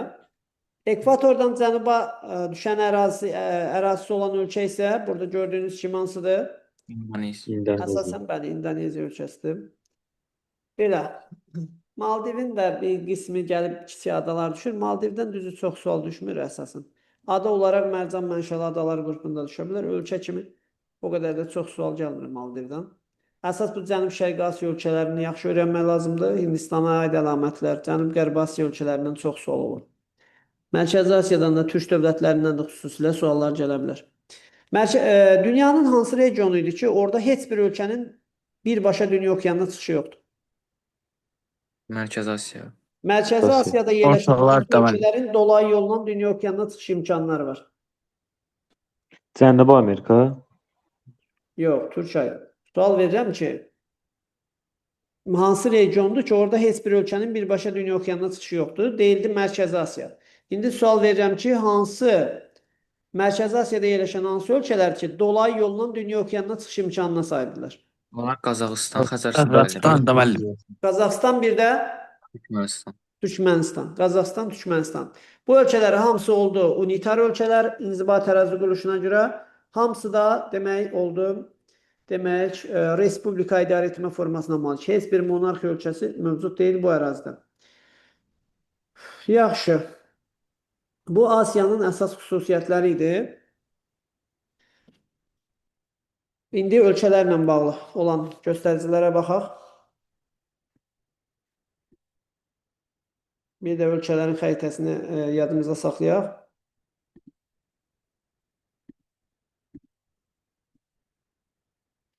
Demək, sırayla Şimali Asiya gördüyünüz kimi Rusiya tərəfindən əhatələnib. Rusiya demək necə ölkə idi? Rusiya respublika idarə etmə formasına malik federativ ölkə idi. 3 okeana çıxışı var. Atlantik, hansı ki Baltik dənizinə və Azovla Qara dənizə çıxışı var. Şimal Buzlu okeana çıxışı var. Bir də şərqdə Sakit okeana çıxışı var. Bu da MDB-nin tərkib hissəsindədir. Keçid dövrünə malik olan dünyanın əsas ölkələr qrupuna aiddir. Hansı ki inkişaf etmiş ölkələrdə 4 dənə ölkə var. Demək Çindir, Meksikadır, Braziliya, Hindistan, bir də əlavə olaraq Rusiyanı da qeyd edə bilərik. Bunlar əsas ölkələr qrupuna daxildir. Düzdür, Rusiya dediyimiz kimi keçid dövrünə aid olan ölkələrdir. Amma həmçinin bu da iqtisadi cəhətdən digər ölkələrlə müqayisədə bunda ümumi daxili məhsulun həcmi çoxdur. Deməli belə, Rusiyanın paytaxtı Moskva şəhəri oldu. Əsas hissəsi Avropada olsa da, böyük bir hissəsi Asiyada yerləşir. Rusiyanın ən cənub hissəsi Azərbaycandan həmsərhəddir. Şərqdən gördüyünüz kimi bir çox 14 ölkə ilə ümumilikdə həmsərhəd mövqeyə malik olan bir ölkədir. Nəhəng yəni ölçüləri var. Rusiyanın ən böyük ölkədir də təbii ki bildiyiniz kimi. Əhalisi də təxminən 146 milyondur. Cənub-Şərqi Asiya ölkələrindən Şərqi Asiya Çindir. Çin. Koreya Respublikası ki Koreya Xalq Demokratik Respublikası. Bir də Koreya Respublikası, eyni zamanda Yaponiya. Burada bir Tayvan var. Axır əvvəl yəqin ki o Çinin tərkib hissəsinə aid olacaq. Dünya onu tam müstəqil bir dövlət kimi tanımır hələ ki. Hamısının dediyi birbaşa dünya okeanına çıxışı var. Bir dənə Yaponiya monarxiya oldu. Hamısı unitar inzibati ərazi quruluşuna malik oldu. Cənub-Şərqi Asiya ölkələri Myanma, Laos, Vyetnam, Tayland, Kamboca, Malayziya. Malayziya həm yarımada, həm ada ölkəsidir. Brunei ada ölkəsidir. İndoneziya. Demək, bunlar oldu Cənub-Şərqi Asiya ölkələri, həm də Filippin, arxipelag ölkəsidir. İndoneziya ilə Filippin ölkəsi. Yəni bir yox, bir neçə adadan ibarətdir. Cənubi Asiya ölkələri Pakistan, Hindistan, Nepal, Bhutan, bir də Bangladeshlə Şri-Lanka, Maldivi qeyd edə bilərik. Cənub-Qərbi Asiya ölkələri gördüyünüz kimi demək İrandır, Omandır, Yəməndir, Küveyt, Qətər, Birləşmiş Ərəb Əmirlikləri, demək Bəhreyn burada adada yerləşir. Sonra burada İordaniyadır. Bunlardan qeyd eləmədik biz, hansıların birbaşa okeana çıxışı yoxdur. Asiya ölkələrindən ayrı-ayrılıqda qeyd eləmədik. Demək, okeana çıxışı olmayan ölkələr hansılardır? Monqolistan, sonra Qazaxıstan, Qırğız, Asiyanın mərkəzində olan bütün dövlətlər gedə yazaq. Sonra Tacikistan var. Sonra Türkmənistan, Özbəkistan da bura daxildir. Bəli, bəli, Özbəkistan da bura daxildir. Mərkəzi Asiya ölkələrinin heç birisinin Qazaxıstandır, Özbəkistandır, Qırğızıstandır, Tacikistandır, Türkmenistandır, Monqolistandır, okean çıxışı yoxdur. Sonra burada görürsünüz Əfqanistanı əsasən Mərkəzi Asiyada verib, amma bizlərdə daha çox Cənub-Qərbi Asiyada gedir. Əfqanistanın da okean çıxışı yoxdur. Sonra Cənubi Asiyadan Nepaldır, Butandır, okeana çıxışı yoxdur. Cənub-Şərqi Asiyadan Laosdan başqa hamısının çıxışı var. Şərqi Asiyada hamısının çıxışı var.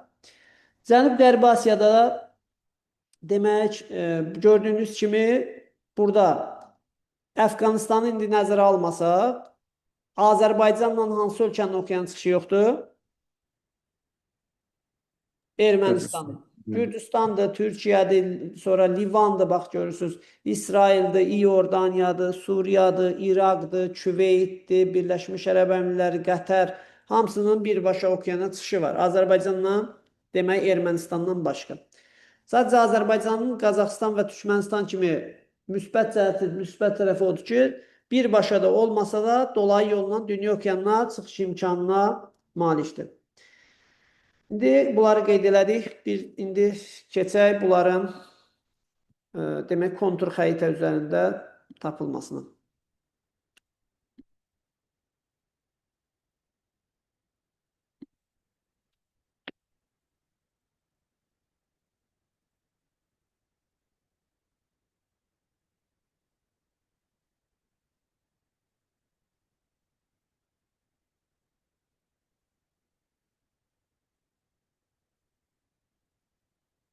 Demək, Asiya ölkələrinin kontur xəritəsi.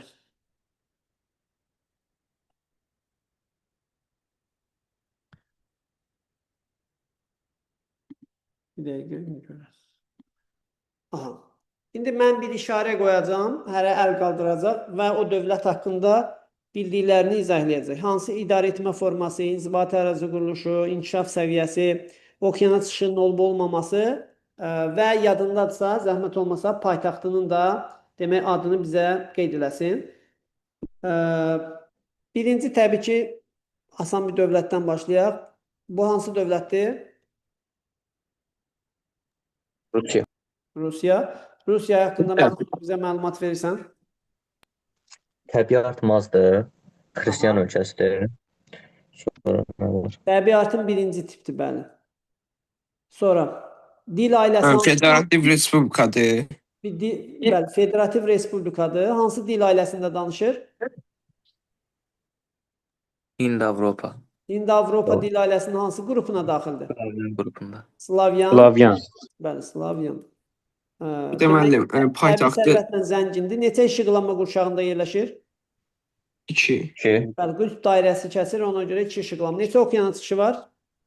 3 3 dənə. Şimal Buzlu okean, demək Atlantik okean və Sakit okean çıxışı var, bəli. Əhatə olunduğu ölkələr, məsələn, burada nümunə olaraq Norveçdir, Finlandiyadır, sonra burada Latviya, Litva, Estoniyadır, bu tip ölkələrin indi burada onlar təsvir olunmayıb. Polşadır, kiçik ərazisi, demək o Kaliningrad Polşa ilə sərhəddir. Sonra Belarusdur, Ukraynadır, Gürcüstan, Azərbaycan, Qazaxıstan, Monqolistan, Çin, demək Koreya Xalq Demokratik Respublikası kimi ölkələrlə birbaşa həmsərhəd mövqeyinə malikdir. Yaxşı. Rusiyanın üzərində Avrasiyanın 2 uzqar şimal nöqtəsi yerləşir. Biri şimalda Çelüskin, biri isə şərqdə Deşnyovdur. Belə. İndi isə digər bir ölkə, ikinci ölkə. Əlinizi qaldırın, zəhmət olmasın. Həsən, buyur. Mənim Çindir, Çin-Tibet dil ailəsinə aiddir. Aha. Okeana çıxışı var. Bəli. Təbii artım birinci tipdir də, bilirsən. Çin sərt demografik siyasət həyata keçirir. Bəli. Sonra müəllim, unitar dövlətdir. bəli, unitar, sosialist ölkədir. Paytaxtı Pekindir. Bəli, Pekin paytaxtı doğrudur. Bu da bir çox ölkələrlə sərhəddir. Koreya Xalq Demokratik Respublikası, Çindir, Monqolistandır, Qazaxıstandır, Qırğızıstandır.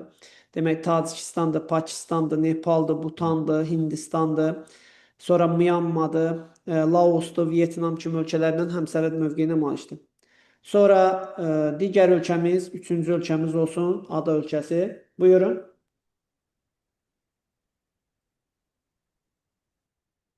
Yaponiyadır bura müəllim. Yaponiya buyur. Ada ölkəsidir. Arxipelag ölkəsidir, çoxlu adada yerləşir. İnkişaf etmiş ölkədir. Əhalinin təbiəti birinci tipdir. Buyurun. Aktiv ərazisində aktiv vulkanlar yerləşir. Buyurun. Sonra İmperator müəllimi də monarxiya konstitusiya ölkəsidir. Unitar dövlətdir, düzdürmü? İnzibati Bəli. ərazi quruluşuna görə unitardır, idarə etmə formasına görə monarxiya ölkəsidir. Sintoizm dininə əsas edir, özünə məxsus bir dini var. Demək, Yaponları bəzən Polesiya dil qrupuna aid edirlər, o da Altay dil ailəsinə aid. Bəzən də özü müstəqil dil ailəsi kimi də götürülür. Demək, dördüncü dövlət hansı ölkədir? Şimali Koreya. Koreya Xalq Demokratik Respublikası. Əsasən necə ölkədir? Bəli. Dünya Bu maliyyə qapalı ölkədir və avtoritar sosialist. rejim deyirlər, düzdür? Aha, bəli. Unitar Yəni məhdud. ərazi quruluşuna malik. Monarxiyadır yoxsa respublika?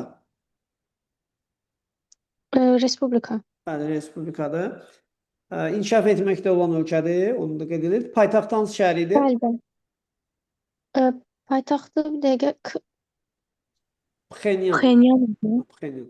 Pxenyan, bəli, bəli. Bəli, Pxenyan. Beşinci ölkə Cənubi Koreya. Cənubi Koreya Respublikası inkişaf eləmiş ölkədir. Paytaxtı hansı şəhər idi? Seul. Evet, burada məşhur olan dəniz limanları hansılar idi? Kobe var idi. Kobe Yaponiyanın deyildi. Hə, Yaponiyadaydı ya. Ulusan, Pusan. Dəniz limanları var idi. Yaxşı. Demək oldu Koreya yarımadası və Koreya dilində əsasən bunlar danışılır. Dedi, Respublika idarə etmə formasına malikdirlər və unitar ölkələrdir hər ikisi. Aralarında demarkasiya xətti çəkilib, müvəqqəti münaqişəli ərazilər müvəqqəti həll olunana qədər çəkilmiş sərhəd xəttinə deyirlər. Sonra keçək Cənub-Şərqi Asiya ölkələrindən. Bu 6-cı ölkə hansıdır? Filippin. Buyur, əl qaldırın zəhmət olmasa. Fira buyur, Filippin haqqında nə bilirsən? Paytaxtı aradı, inzibati ərazi quruluşu, idarə etmə forması, inkişaf səviyyəsi. İnkişaf səviyyəsi inkişaf etməkdə olan ölkədir. Bəli. İnkişaf Paytaxt etməkdə olan ölkələr içərisində hansı qrupa aiddir? Yeni sənayeləşmiş. Düzdür. Paytaxtı haraydı? Manila. Düzdür. Türkiyə ilə bir oxşar təbii sərvəti var bunun. Bunları məşhurlaşdıran bir dənə təbii sərvət var. O hansı təbii sərvətdir? Kromdur. Kromit ehtiyatına maliklər, doğrudur. Ekvatorial və subekvatorial iqlim qurşağında yerləşir. Sakit okeana aid olan adalar qrupundadır. Seismik ölkədir. Dediyim belə, haqqında danışmışdıq zaten. Burada təsərrüfata ziyan vuran bir güclü külək fəaliyyət göstərdi. Dünyada məşhur siklonlardan hansı fəaliyyət göstərir burada? Tayfun idi adı. Düzdür. Tayfun. Doğrudur. Sonra bu ölkə hansı ölkədir? Filippində mənim vulkan var idi. Onun adı nə Pinatubo idi? və Apo vulkanlar Apo, var. Bəli. Yadıma düşdü. Sonra paytaxt dedi Maniladır. İndoneziya haqqında buyurun. İsa. Paytaxtı Jakartadır, Indoneziyanın. Aha. Sonra Malakka boğazı ilə ayrılır Hindlə Sakit Okean Bir də arasında. bu son vaxtlar paytaxt haqqında deyirlər Nusantara şəhəri var. Düzdür, bizdə indi hələlik Jakarta gedir. Ona görə kitablarda və s. qeyd olunmayıb. Onu yeni paytaxtı biraz fərqlidir. Demək, əsas hissəsi əhali hansı adada yaşayır? Cənub hissəsində Yava adasında daha çox cəmlənib, əhalinin 90% demək olar ki. İnzibati ərazi quruluşu və idarə etmə formasına görə necə ölkədir? unitardır respublika. Bəli, respublikadır. Bəs inkişaf səviyyəsinə görə? İnkişaf etməkdə olandır. Bəs hansı qrupuna daxildir? Yeni sənayeləşmiş. Düzdür. Yeni sənədləşmiş ölkələr qrupuna daxildir. Bu da Ekvatorial meşələr yayılır. düzdür, doğrudur. Yaxşı. Bəs bu bir hissəsi yarımada, bir hissəsi ada olan ölkə? Brunei idi. Yox, Malayziyadır, Malayziya. Hə, Malayziya haqqında deyim. Buyur buyur. Biraz tez diye. Aziyadakı Cənub-Şərqi Asiya olsun, qalay Volpron vardı. Bir də ki, həm federativ, həm monarxiyadır. Düzdür. Paytaxtı haraydı? Malaziyanın paytaxtı. Bəli. Yadımdan çıxdı Malaziyanın paytaxtı. Kimin yadında qalıb? Kuala Lumpur. Kuala Lumpur'dur bəli. Kuala Lumpur. Burada bir dənə kiçik bir ölkə var. Bax bu hissədə. Onu da qeyd eləyək. Malaziyanın sərhədi. Singapur. Yo. Singapur özü adadadır. Bu Neydi ora? bir ada Kalimantan adasında yerləşən 3 ölkə var. Biri İndoneziyadır, biri Malazya, bir də Brunei. Brunei. Necə ölkədir? Nuray? Bu da ada ölkəsidir. Ondan sonra ekvatorial ərazidə yerləşir. Aha. Ondan sonra Monarxiyadır, respublika. bu federativdir. Monarxiyadır bu, monarxiya. Hə. Monarxiyalar içərisində federativ olan burada Malazyadır. Bu unitar ölkədir. Özdə bəzən teokratik monarxiya qeyd olunur. Brunei Sultanlığı. Neftlə zəngin olan ölkələrdən biridir. Bəs bu ölkə hansı ölkədir?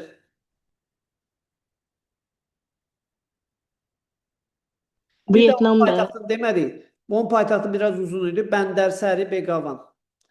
Bu hansı ölkədir? Vietnam. Vietnam. Paytaxtı haradır? Hanoi. Hanoi'dir paytaxtı. Və bu ölkə Cənub-Şərqi Asiyada əsasən müəyyən hissəsi Çin-Tibet dili ailəsində danışır. İnkişaf etməkdə olan ölkədir. Əsasən qeyd elədik. Bir də unitar idi, federativ. Unitar. Bəli, unitar ölkələr qrupuna daxildir. Yaxşı. Bəs bu ölkə hansı ölkədir? Laos. Laosdur. İdarəetmə formasına görə hansı ölkələrə bənzəyir bu? Sosialist ölkədir. Sosialist ölkədir, bəli. Bu da respublika unitardır. İnzibati ərazi quruluşuna görə unitar, idarəetmə formasına görə respublikadır, amma iqtisadi cəhətdən sosialistdir, bəli. Sosialist ölkələrdə adətən özəl sektor yaxşı inkişaf etmir. Sonra digər ölkə biraz geniş ərazini əhatə edən Taylanddır. bu Taylanddır, bəli. Tayland ölkəsi. Paytaxtı Bangkok. Bunlar bəziləri, bax, həm Hind, həm Sakit Okean çıxır. Bax, bunlardan biri elə Taylanddır, digəri məsələn Malazya, sonra İndoneziyadır. Bunları belə. Bu hissədə aydındır. Tayland monarxiya ölkəsi idi. Bir də dedik unitar inzibati ərazi quruluşuna malikdir, düzdür? Malazya isə federativ idi, dedik. Bu ölkə hansı ölkədir? Çin-Tibet dil ailəsinə aid olan Myanmar. Myanmadır. Paytaxtı haradır Myanmanın? Neypidir o? Düzdür. Taylandın paytaxtını demədim, məşhur bir paytaxtı var. Bangkok. Bangkok. Doğrudur. Bangkok idi. Sonra bu hissəni silək. İndi gəldik Cənubi Asiya ölkələrinə. Bu ölkə hansı ölkədir? Nepal. Paytaxtı? Katmandu'ydu. Bəli. Bəs idarəetmə forması və inzibati ərazi quruluşu? Unitar. Respublika. Yox, bu sonradan Federativ. parçalandı. Əslində bu monarxiya ölkəsi idi. Parçalandı, nəyə çevrildi? Federativ. Federativ ölkə, bəli. Asiyada federativ ölkələr Pakistandır, Hindistandır, bir də hansı dövlətdir? Nepaldır. Necə ölkədir? İnkişaf eləmiş ölkədir, etməkdə olan ölkədir. Etməkdə. Etməkdə. Onun yanında ona yaxın məsafədə yerləşən bir dənə dövlət var. Butan. Butandır. İşte O necə ölkədir bəs? O da inkişaf etməkdə olan. Bəs Unitar. inzibati ərazi quruluşu, idarəetmə forması? Unitar Respublika. Unitar. Yox, bu monarxiyadır. Butan. Monarxiya. Bəli. Demək monarxiya ölkəsi. Asiyada, Cənubi Asiyada bir dənə monarxiya ölkəsi var, o da budur. Sonra Nepal da monarxiya idi, sonradan hissələrə parçalandı. Demək, zəif ölkələrdir bunlar hər biri. Sonra gəldik, burada bir kiçik ölkə var, dünyanın ən sıx məskunlaşmış ölkəsi. Bangladeş. Paytaxtı haraydı? Dəkkə. Düzdür. İnkişaf etməkdə olan ölkədir, unitar ölkədir və s. Bəs bu ölkə hansıdır? Şri Lanka. Şri Lanka. Paytaxtı. Kolombo. Düzdür, Kolombodur paytaxtı, Kolombo olmağına. Amma son vaxtlar bunun paytaxtı biraz yox, daha doğrusu başqa bir şəhərlə əvəz olunub və həddindən artıq mürəkkəb bir ada malikdir. Elə öz adı ilə başlayır. Öz adı ilə başlayır, axırda Kotte ilə bitir. Şiri Kotte, ortada bir uzun adı var. Kayava Verdina Kotte, Şiri Kayava Verdina Kotte adında belə bir adı var. Biraz da çətindir deyil. Biraz mən özüm də tam düzgün bəzən ifadə edəmirəm. Demək, bu Şri Lankanın paytaxtı. Bəs bu kiçik ada ölkəsi hansıdır? Maldiv. Maldivlər. Maldivdir. Maldivin paytaxtı haradır? Mali. Maliydir. Sonra bunu tamamladıq. Sonra Pakistan. Pakistan paytaxtı haraydı? İslamabad. İslamabad. Necə ölkədir? Federativ Respublika. Federativ Respublikadır, bəli. İnkişaf etməkdə olan ölkədir. Aqrar ölkələr qrupuna daxildir bu. Biraz Hindistandan geridir. Hindistanla onun arasında münaqişəli bir ərazi var idi. Qaynar nöqtə. Kəşmir ərazisi. Kəşmir doğrudur. Sonra bu Cənubi Asiya ölkələri yekunlaşdı. İndi isə Cənub-Qərbi Asiya. Okeana çıxışı olmayan bu ölkə hansıdır? Əfqanistan. Paytaxtı, Kabil. inkişaf səviyyəsi Etmişdə olan. Geride qalmış. etməkdə olan, bəli, geri qalmış ölkələr qrupuna daxildir, bəli. Okeana çıxışı yoxdur, qeyd elədik. Hansı dil ailəsində danışır?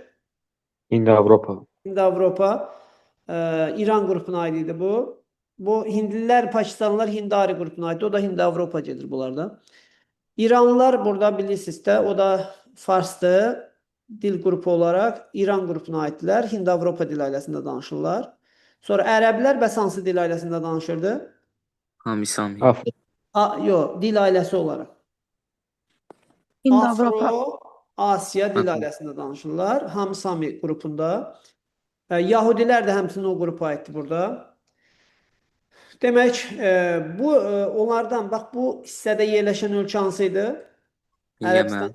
Yəməndir. İdarə etmə formasına görə necə ölkədir? Monarxiya deməli. Monarxiya yox. Bu Yəmən monarxiya deyil, respublikadır. Unitar respublika ölkəsidir. Bəs bu ölkə hansı ölkədir? Yəmən paytaxtı qeyd edək sonra. Sənaydı Düzdür. paytaxtı. Bəs Omanın paytaxtı haraydı? Məskət. Düzdür. Oman necə ölkədir idarə etmə formasına görə və inzibati ərazi quruluşuna görə? Monarxiya. Monarxiyadır. Unitar idarə etmə formasına malikdir. Bəs Omanın şimalında yerləşən bu ölkə hansı ölkədir? Dubay. Birləşmiş Ərəb Əmirlikləri 7 əmirlikdən ibarətdir. Demək, o da mütləq monarxiyadır. Yəni, Oman kimi mütləq monarxiya. İnzibati ərazi quruluşuna görə Federativ deməli. federativdir. Bəli, bu Cənub-Qərbi Asiyada demək, həm monarxiya, həm də federativ olan yeganə ölkədir. Sonra, bəs bu kiçik ölkə hansıdır? Bax, bu işarələdim.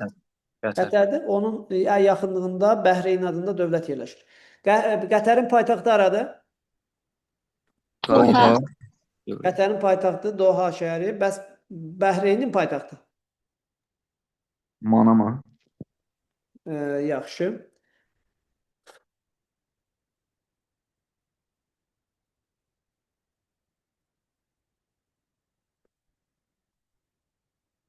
Bu ölkə hansı ölkədir? Küveyt. Paytaxtı? Küveyt. Elə paytaxtda ya. Doğrudur. Bəs idarə edilmə formasına görə necə ölkədir? Monarxiya idi. Doğrudur. Monarxiyanın hansı növünə aiddir? Konstitusiyanın. Düzdür, konstitusiya. Bəs burada başqa hansı konstitusiyalı monarxiya dövlət var? Ərəb Əmirlikləri var. Yox, Birləşmiş Ərəb Əmirlikləri Yordaniya. mütləq. Yordaniya, Yordaniya. bəli. O da konstitusiyalıdır. Digər, baxın, bu Qətərdir, Birləşmiş Ərəb Əmirlikləridir, Omandır, bir də Bəhreyndir və Səudiyyə Ərəbistandır. Bunlar mütləqlərdir. Mütləqlər. Küveytlə, demək, Yordaniya konstitusiyalıdır. Yaxşı.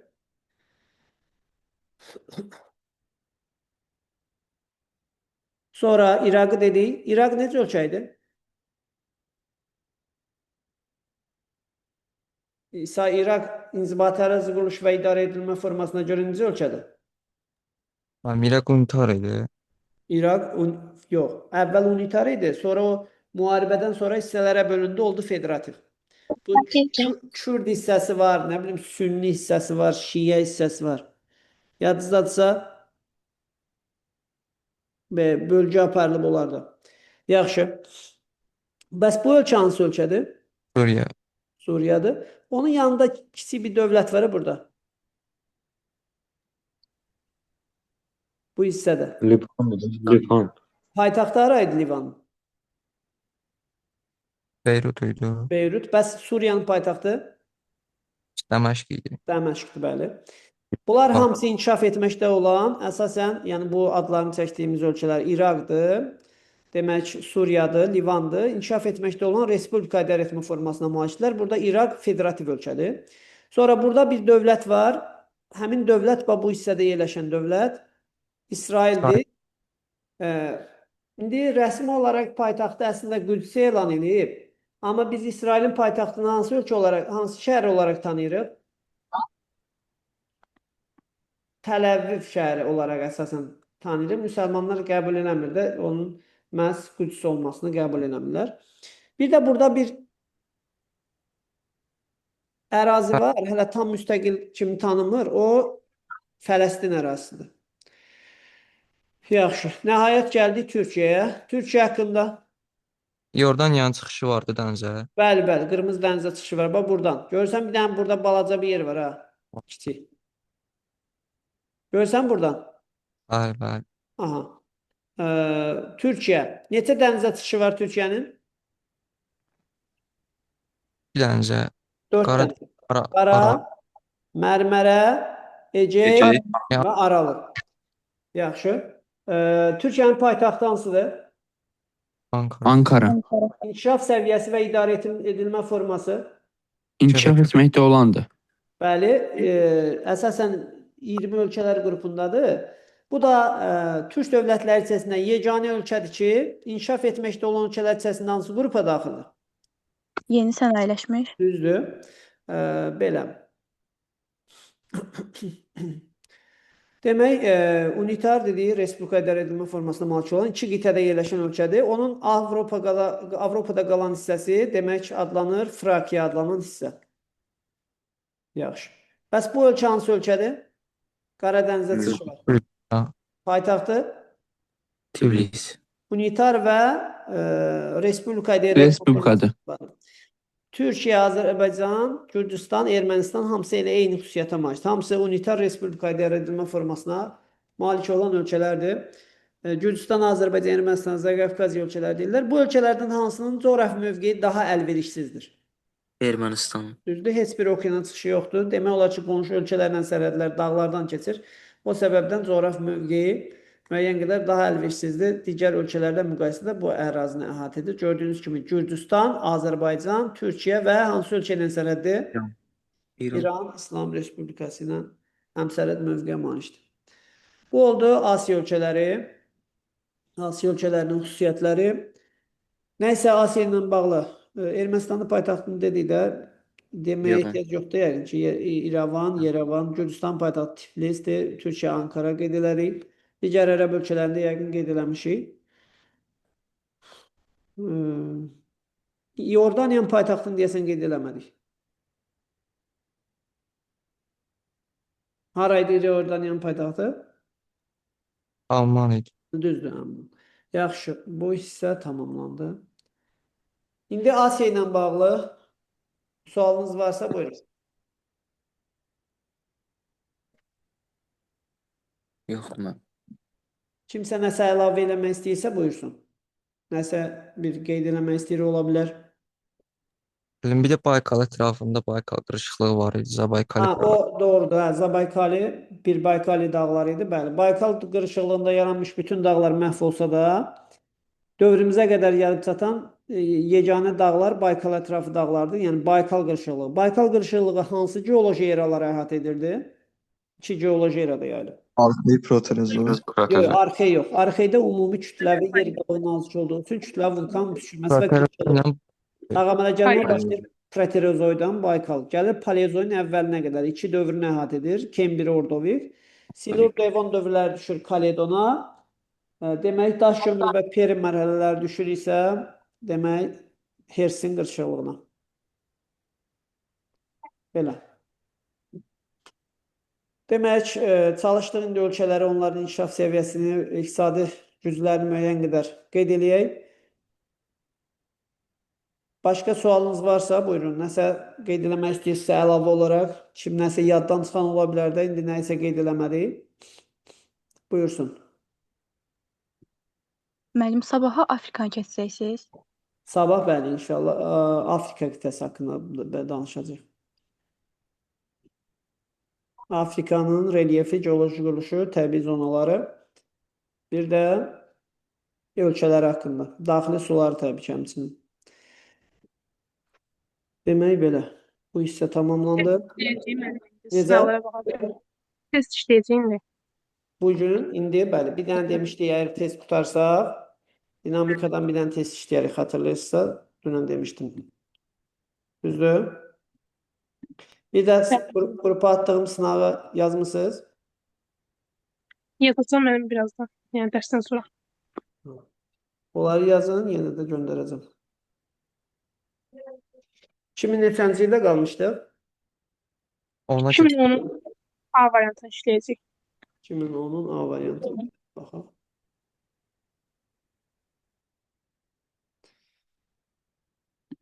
Hal-hazırda testi görürsünüz, yoxsa yox? Bilməli. Görünmür müəllim. Görünmür. Göründü.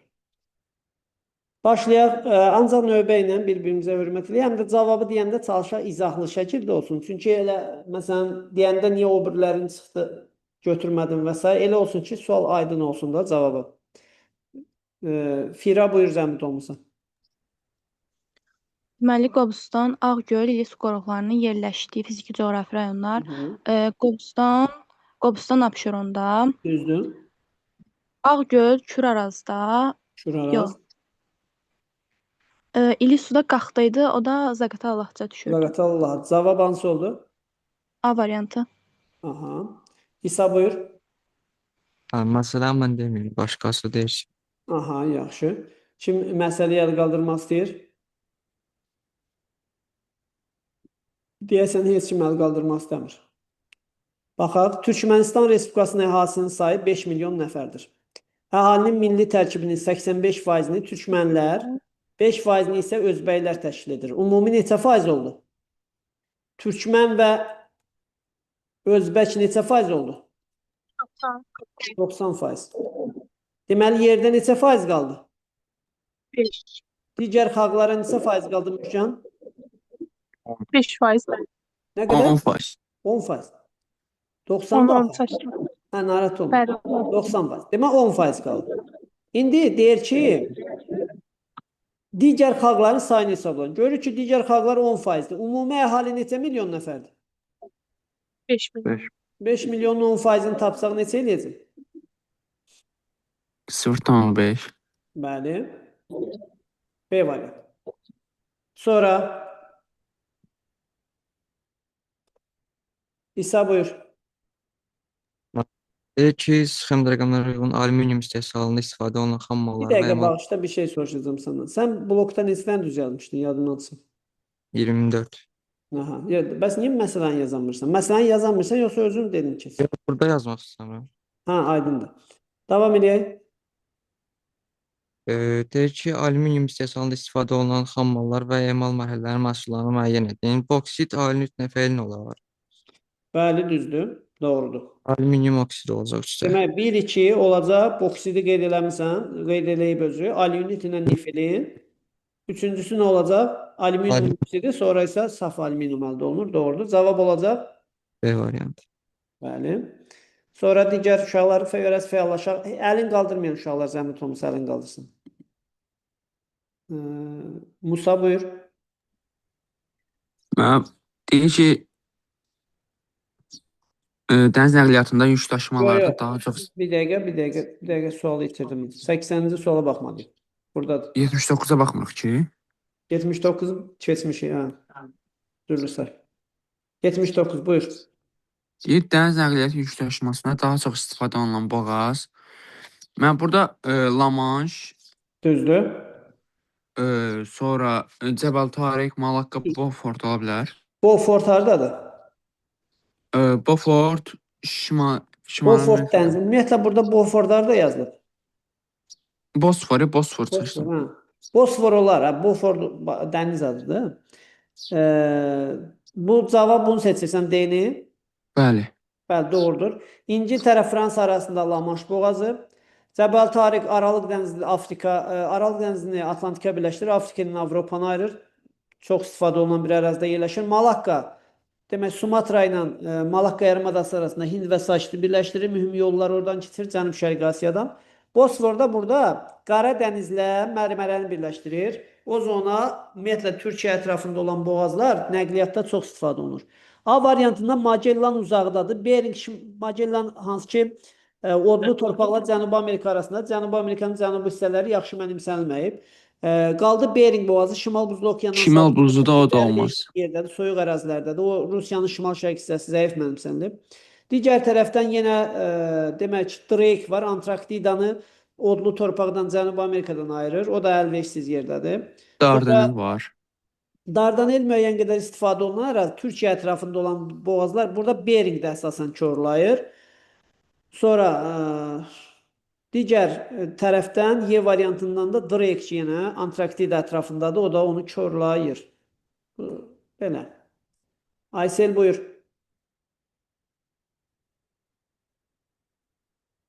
Aysel. İzah edeyim müəllim. İzah elə buyur Müşcan. Adım Müşcandır. Bəli, müəllim. Aha. 54 dərəcə cənub enliyi və 38 dərəcə şərq uzunluğundan 0 dərəcə cənub, 38 dərəcə şərq. Burada mənim 2775-i 111-ə böləcək 25 Demək, eləyir. hansı istiqamətdə hərəkət var? 0 azimutda, yəni şimala doğru, düzdürmü? Meridian istiqamətində bir dərəcənin qiyməti 111-dir. Böldün 111-ə. 25 eləyir.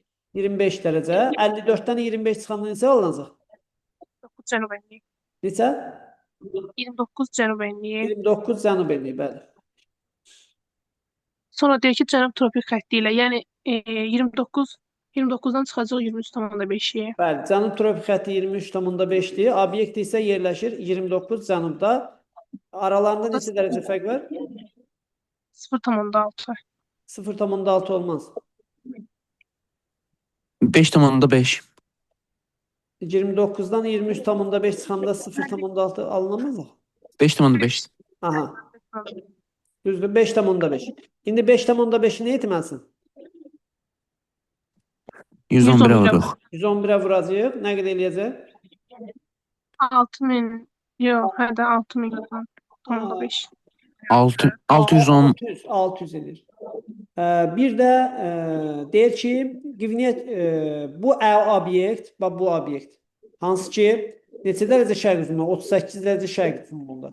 Yerləşən bu obyekt 29 da cənub, 38 dərəcə şərq uzunluğunda yerləşən bu obyekt haqqında soruşur ki, həmin məntəqənin Qivniya körfəzindən hansı istiqamətdə yerləşdiyi. Qivniya körfəzi hardadır? Qrinviçlə ekvatorun kəsişmə nöqtəsində. Bu obyekt oradan hansı istiqamətdədir? Cənub-şərqdədir, bəli. Qivniya körfəzindən baxsaq, 0,0 koordinatından o cənub-şərq tərəfdədir. 81-ci sual. Bu köhnə qayda. Bu heç, bunu da silək. Sonra keçək 82-ci suala. 82-də Arda buyur. Mən 81 əl qaldırmışdım mən. Eyb yoxdur. 82 oxuyum mənim. Oxu, fərq yox. Avstraliyada filiz faydalı qazantıların çox olmasının səbəbi Arda, filiz hansı süxurların tərkibində olur? necə müəllim? Filiz hansı süxurların tərkibində olur? Çökmə suxurda olmur. Çökmə suxurda olmur, yox. Çökmə suxur. Yox, çökmə suxurda olmur. Hansı suxurda olur? Maqmatik suxurlar. Metamorfik, Bərk suxurlarda olur. Maqmatik suxurlarda əsasən bərk suxurların tərkibində olur. Axı, mantiyanın tərkibi metallardan ibarətdir. Ondan gələn suxurların tərkibində ola bilər. Biz demişdik, nüvə və mantiya metaldan ibarətdir. Nüvə ağır metallardan, mantiya nisbətən yüngül metallardan ibarətdir. Ona göre magmatik sular yarananda orada filiz ehtiyatlarının yaranma ihtimali daha büyük olur. Sonra Metaformik olmur deməli. əsas magmatik və metamorfik sularda ola bilər. Metamorfikdə yox, daha yəni magmatik sularda. Birinci bildim. növ magmatik kristallik. Magmatikin də iki növ var. Məsələn, vulkanik çökmə də ola bilər. Vulkan sularının parçalanması, nisbətən yumşaq sular. Bir də var magmatik kristallik, bərk sular. İsa buyur. Kəlzonda təsərrüfatın inkişafına səbəb ola bilər. Aha, Adam başına düşən əkinə yaranan torpaqların çoxluğu. Bu aha. yarımçıq çöllər əsasən olur əkinə yararlı. Demək, Azərbaycanda təsərrüfatın inkişafına səbəb ola bilərmi? Adam başına düşən əkinə yararlı torpaqların çoxluğu bizdə çoxdur. Bizdə Adam, isə şuxluqda çox olmur. adam başına düşən torpaq bizdə çoxdur, az. Azdır. Niyə? Azdır Çünki məncə. Azərbaycanda əhalinin sıxlığı dünyadan 2 dəfə çoxdur. 119-un 56 addiyəsi nisbəti elə bir şeydir. Dünyada 59'dur, bizdə təxminən 119. 119. Ha, 5 o olar. bir getdi də, düzdürmü? Bəli. Sonra hansını dedin? 5 olar. Bəli, 5 düzdür. 5 düzdürsə deməli A 3 variantdır. Necə? 3 dərəcə olacaq. 3. Əmək ehtiyatları əhalinin müxtəlif istehsal vərdişləri, düzdür. Bir də 2 olar. Cavab bəllidir artıq, bəli. 2. Hündürlük qurşaqları üzrə müxtəlif təsərrüfat. Bəli, bizdə dağlar var. Dağlarda hündürlük artdıqca fərqli təsərrüfat sahələri ilə məşğul olmaq olar. Məsələn, arıçılıq, qoyunçuluq, sonra meşə təsərrüfatı, turizm, dağ turizmini inkişaf etdirmək olar, dəmiyə əkinçiliyi, bağçılıq, taxılçılıq, kartofçuluq, fərqli təsərrüfat sahələrini inkişaf etdirmək mümkündür. Sonra digər uşaqlar, bax 20 nəfərə yaxın uşaq var, biri əlini qaldırmır.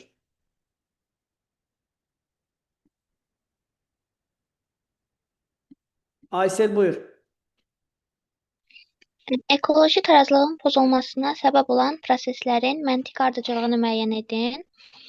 Burada birinci 3 gələr, 3 götürərik. Sonra Aha. 2, 4, sonra 1 olar.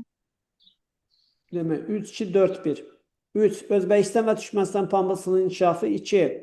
Qaraqum, Çardara su anbarlarının tikilməsi. Sonra 4 qeyd elədin. Aral dənizinin suyunun şorluğunun artması. 1. Səviyyəsinin aşağı düşməsi. Sonra 85.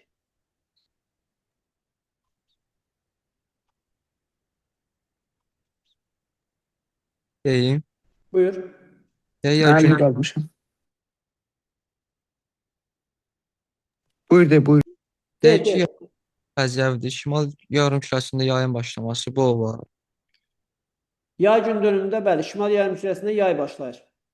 Şimal qütbündə gecə gündüz bərabər olması. Şimal qütbündə gecə, yəni gündüzdən çox olur. Gecə gündüz bərabər olmur. Şimal qütbündə yay gün dönümündə qütb gündüzü olacaq. Gecədən söhbət gedənməz. 3 isə düzdür. Deyək cənub yarımkürəsində qış fəslinin başlaması. Aha.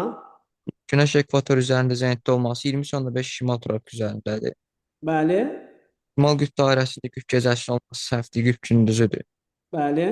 Günəş vaxtı günəş şüalarının düşmə bucağı 66.5 bucaq altında düşməsi. Düzdür. Ekvator 23.5. Tropikdədir günəş. Tropiklə ekvator arasında 23.5 fərq var. 90-dan 23.5 çıxanda qalır 66.5. Düzdür. Aha. Sonra Kiməlin Maksud buyur. Burada rütubətlənmə əmsal vahid birdən böyükdür deyə burada şoranlaşma gedir. Bataqlıqlar yaranır. 2-ni götürürük. Sonra Doğru. suvarmaya böyük ehtiyacın olması bu səhvdir, 4-ü çıxırıq. Bir dəqiqə, burada birinci nə dedin? Vahid birdən böyükdür deyə bataqlığın yaranmasını götürürük. Bəli, 100%. Sonra suvarmaya böyük ehtiyacın olması bunu çıxırıq, bu səhvdir. Bəli, çıxdıq. Sonra kimyəvi aşınma gedə bilər burada. Su kimyəvi suxurları parçalayırsa, bəli. Sonra da bir də yarım səhra və quru çöl landşaftının formalaşması. Bu da deyil. Bu səhv olacaq. Cavab onda hansı olacaq? 3-5. Bəli, səpələnən. Axı buludlu, yağıntılı yerdə ona görə səpələnən radiasiya üstünlüyü təşkil edir. Sonra digər 87. Deyim. Buyur. Deyək ki, verilənlərə əsasən meşə, çəmən, meşə, çəmən, dağ meşə, çəmən, dağ çəmən landşaftının yayıldığı ərazilər müvafiq olaraq. Birinci düzən meşə çəməni qeyd eləməlisən. Bu Samur 1 olar. Bəli, 1. Dağ Sonra meşə 4-də ola bilər. dağ meşə 2-də olmaz. Ora Oralara 2 vulkanik olur. yayladır. Vulkanik yayla dağ çəmənlərdir. 2. Dağ çəmən. 1, 2, 4 olur. Bir də dağ çəmən olacaq vulkanik yayla, bəli. Sonra 88 Maksud. Yer akkumulasiya edən dosya və erosiya prosesinin ümumi əlaməti. Bu xarici qüvvələrin təsirindən 100%. Sonra 89 Rüfət. Dünya okeanının səthində duzluğun qeyri-bərabər paylanması nədən asılıdır? Buxarlama yağıntı nisbətindən. Bəli, buxarlanma çox, yağıntı az olarsa duzluq çox. Əksi olarsa, yağıntı çox, buxarlanma az olarsa duzluq az olacaq. Müşan. Mən bir Azərbaycan Respublikası ərazisində tropik hava kütlələrinin yayıldığı şərait bir doğrudur. Bəli, tropikdə bulud olmaz, quraq olacaq, açıq havada düz radiasiya. Qalxan hava hərəkəti yanlışdır. Bəli, tropiklər yüksək təzyiqə malikdir, yenə nə olacaq? Günəşli saatların miqdarının çoxalması, bu da doğrudur. Aha, Bir də isti və quru hava şəraiti. düzdür. Sonra digər 91-ə.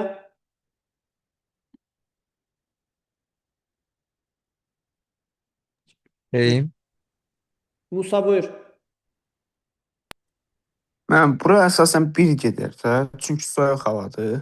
Demək, görürük ki, 0 Selsidən Qrelandı. çox dövrdə aşağı olub, bəli, 1-dir. Və iyun ayında temperatur yuxarı qalxır. Deməli, şimal yarımkürəsindədir, bəli. Və qütbə yaxın ərazidir, doğrudur. Sonra 92-ci sual Mən isə... 91 bir izah edə bilərsiniz zəhmət olmasa. Bəli, bəli. Bax, burada diqqət eləsək, görərik ki, bu temperatur xətti var, bax, bu temperatur xətti. Hə. Görürsən, çox hissəsi 0 dərəcədən nə olub? Aşağıdır. Yəni, yanvar, fevral, mart, aprel, may aylarında demək olar ki, temperatur 0-dan aşağıdır. Yalnız iyun, iyul, müəyyən qədər avqustda biraz 0-ı yuxarı keçib bu hissə, görürsən? Bəli. Yəni, bu o deməkdir ki, bu dövr, məsələn, sentyabr, oktyabr, noyabr, dekabr aylarında da temperatur 0 xəttindən aşağıdadır. Görürsən bu hissə? Yəni, bu o deməkdir ki, bu ərazi ilin çox hissəsində mənfi temperatura malik olur. Bu hissə aydındır, deməli qütbə yaxındır, elədir? Bəli. Hə, və qütbə yaxın ola bilər, burada Antarktida da verə bilərdi, misal üçün. Ancaq verməyi burada rahat tapmaq olur, birdir. İndi Antarktidada da ilin çox hissəsində hava soyuq olur. Amma Antarktidada iyun ayı temperatur aşağı olur, bu şəkildə olur. Burada iyun ayı temperatur yuxarı qalxıbsa, deməli bu şimal yarımkürəsindədir. Amma çox hissədə 0-dan aşağıdırsa, deməli qütbə çox yaxın bir ərazidir. O səbəbdən birinci seçdik. Qrellandiya. Aydın oldu mənim, sağ ol. Sağ ol. Sonra 92-ci sual. Yəni deyək ki, Şimali Amerika materikində, Çin materik üçün səciyyəvidir. Şimalında buzda qınan şəvər eləyib formalı su təşkil etməsi, bu düzdür. Bəli, doğrudur. Yastı təpələr və göl çuxurları sübut edir ki, vaxtilə o 4-cü dövr buzlaşmasına məruz qalıb. Sonra 93-cü sual. Fira buyur. Deyir ki, əsasən dağlıq relyefə malikdirlər. Hind-Avropa dilarəsi, bir də okeana çıxışları yoxdur. Avstriya, İsveçrə, Əfqanistan. Elə bu Avstriya, düzdür. İsveçrə, Avropada olsa da demək, okean çıxışı olmayan ölkədir. Baxmayaraq Əfqanistan, Asiyada yerləşir. Onlar ikisi də, üçü də yəni birlikdə demək, Hind-Avropa dilarəsinə aid. Sadəcə demək, qrupları fərqlidir bunların. Mən bir dənə S-yə də baxarıq da. Nəyə? S variantına. Buna Bəli, bəli. Monqolistan Altay dilarəsinə aiddir. Bir də Pakistan da həm burada Pakistanın okean çıxışı var. Pakistan dağlıq idi. Həm də bəli, müəyyən hissələr düzənlikdə ona görə. Məsələn, Çexiya dağlıq ölkə deyil. Çox fərqliliyi var ümumiyyətlə, yəni bir dənə deyil də. Dil ailələri fərqlidir. Sonra Monqolistandan, sonra qeyd elədik ki, düzənlikdir. Məsələn, Çexiya daha düzəndir Pakistanda nisbətən. Sonra digər bir səbəb nə idi burada əlavə olaraq nə soruşurdu? Okeana çıxışları yoxdur yazılıb. Pakistanın okean çıxışı var. Sonra 94. Arda buyur. Respublikamıza aid olmayan əlamətlər əhalinin təbii artımının azalması, qadınların xüsusi çəkisinin artmasına səbəb olması. Bu aid deyil də, bunu götürürük. Sonra 2. Quba, Xaçmaz, Dağlıq Şirvan, Kəlbəcər, Laçın iqtisadi coğrafi rayonlarının tərkibində respublikaya tabeli şəhərlər yoxdur. bu düzdür. Var axı. Hansıdır? Yoxdur, yox.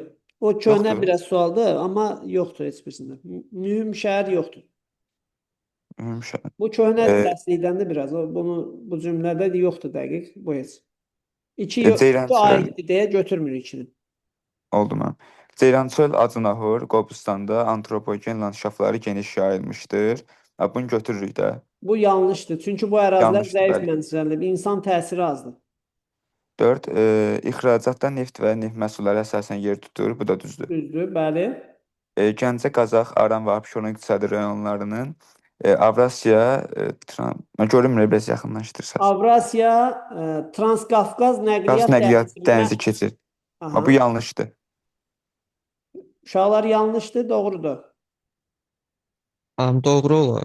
Doğrudur. Çünki Azərbaycanın əsas mərkəzi hissəsindən keçən yollar məhz Respublikamızda Bakıdan başlayır, mərkəzdən keçir, Kür çökəkliyindən, Arandan, Gəncə Qazax zonasından gedir Gürcüstana. Bu doğru idi. Ona görə 5-i də sildik. Qaldı cavab olaraq hansı?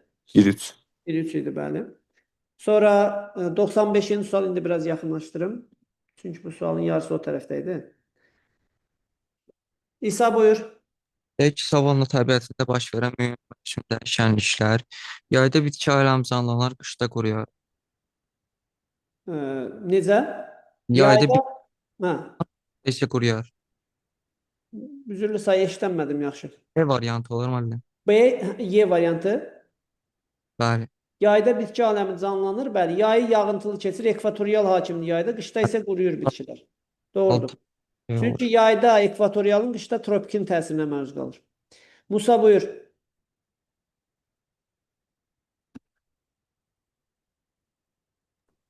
Müəllim, 96-cı sual əlin qaldırmısan yoxsa? mən deyim də, qaldırmamışdım, yadımdan çıxmışdı, amma deyim. Aha. Azərbaycan xalçaçılıq inkişafına təsir edən amil yüksək tələbat və pambıqçılıq inkişafı. Burada ola bilər A variantı. Yüksək tələbat. Bu da ənənə ilə də asılıdır, əsasən tarixi ənənə ilə bağlıdır. Qoyunçuluğun inkişafı ola bilər, variant. Əsasən xalça nədən toxunur? Yundan. Yundan toxunur. Yundan da müəllim. Yundan əsasən. Ona görə qoyunçuluq müəyyənlə təsir edir. Sonra, bilirsə Azərbaycan xalçaları tarixdən bilirsə, hansı rayonların xalçaları məşhur idi? Şəki, Sonra Müəllim. düzdür? Dərbənd və s. məşhur xalçalar var idi. Sonra Rüfət buyur. Əkinçiliyin inkişafı üçün əlverişli şərait yaradan amillər, aqroiqlim ehtiyatlarını götürmək olar. Kəskin parçalanmış relyef əsas amildir, bu səhvdir. Məşərdə ağacların növ tərkibi xeyr. Hamar relyef ola bilər, 4 götürürük. Kontinental iqlim mülayim, yağıntıların vegetasiya dövründə düşməsi 6-nı da götürə bilər. 1, 4, 6 C variantı. Demək, bunlar olsa əlverişli olardı. Aqroiqlim ehtiyatları, günəş işığı və istiliyin çox olması, ərazinin hamar olması onu mənimsəməyə daha da imkan verir. Dağlıq əraziləri mənimsəmək çətindir. Sonra İsa buyur, bunu sən denən. müalicə və əməliyyatlı mineral sular. Şırlanla turşusu Şuşadaydı. Bəli, Adamlı Naxçıvanda Şahbuzdadır. düzdür. Bəcərdədir, Qavaltıda Şabran. Düzdür, Qavaltıda Şabrandır. 90, Fira buyur. Kanadanı ABŞ-dan fərqləndirən əlamətlər deməli, yüksək inkişaf etmiş ölkələrdir. Bu ikisi üçün ortaqdır, ona görə biri çıxırıq. İki dövlət dilinə malikdir. Bu Kanadaya aid idi. Bəli, Kanadada hansı dillər var?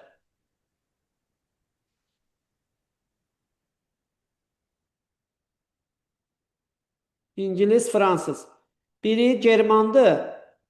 Bir hissəsi German dil qrupunda danışılır. Bir hissəsi Roman. Sonra demək bu Sonra ixrac fərqlidir də, düzdür? hə götürürük bunu. Bəli. İxracat məhsullarında xam malın payı yüksəkdir, səhvdir. Bu Kanadaya aiddir. İnkişaf etməkdə olan ölkələr kimi, baxmayaraq ki, bu inkişaf eləmiş ölkədir, inkişaf etməkdə olan ölkələr kimi dünya bazarına xam mal ixrac edir. Dünyada hansı dövlətlərdir ki, onlar inkişaf etmiş ölkələr olsalar da, xam mal ixrac etdiklərinə görə inkişaf etməkdə olan ölkələrə bənzədilir. Kanada, Avstraliya bunlar Bir də idi. Cənubi Afrika Respublikası. İndi bu onda xam mal ixrac edən ölkə kimi tanınır da, düzdürmü? ABŞ-dan fərqli olaraq. Sonra Düzdür onu. Sonra taxıl məhsulları ixracatçısıdır. Bu ABŞ-la Kanada üçün ortaq idi. bəli. 4 səhvdir. Elektroenerji təsərrüfatı seslərə əsaslanır. Yox, bu da hər ikisi üçün olar. Yox. ABŞ-da enerji çoxu istehsal olunur. Çoxu da neftlə daş kömürə əsaslanır. Onlarda da düzdür su elektrik stansiyaları var. Kordilyer dağlarının qərb tərəfdə. Amma ABŞ-da ümumiyyətlə dünyada ən çox enerji istehsal edən ölkə Amerika Birləşmiş Ştatlarıdır. Çoxun istilik elektrik stansiyalarından əldə edir. Kanada isə sudan əldə edir. Taxıla görə tanınırlar, sahilləri üç okean suları yuyur, hər ikisinin. Çünki ABŞ-ın Alyaska hissəsi Şimal Buzlu okeana və Sakitə çıxır. ABŞ-ın əsas hissəsi də Sakitlə Atlantika çıxır. Ona görə ikisi də üç okeandır. Kanadada belə şimalı düşür Şimal Buzluya, qərbi düşür Sakitə, şərqi də Atlantika. Sonra yekunlaşdıraq, sonuncu sualdır deyəsən. Sonuncu sual kim demək istəyir? Deyəmədim. Buyur. Deyir, havanın temperaturu çay mənbəyində -4, mənsəbində isə 9,2-dir. Birinci buhar 9,2. buhar arasındakı hündürlüyü tapmalıyıq. Ona görə də 9,2-dən çıxırıq -4-ü. O da eləyir 13,2. Aha. Sonra 1000-ə 6 yazırıq. 13,2-yə də x yazanda orada da vurub böləndə hardasa 1,2 alınır cavab. Nə qədər fərq eləyəcək burada? 1,2. Yox, 6x bərabərdir. 13,2 vursaq 1000-ə, bölsək 6-ya nə qədər eləyir? 13 bir dəqiqə gözləyim. 12,6 eləyir təqribi cavab. 13.206-ya bölsən neçə eləyəcək? 22 eləyim. 2200 eləyir, düzdür? Bəli, bəli. 2200. İndi düşməsi oldu ki, mənbə ilə mənsəb arasında hündürlük fərqi 2200-dür.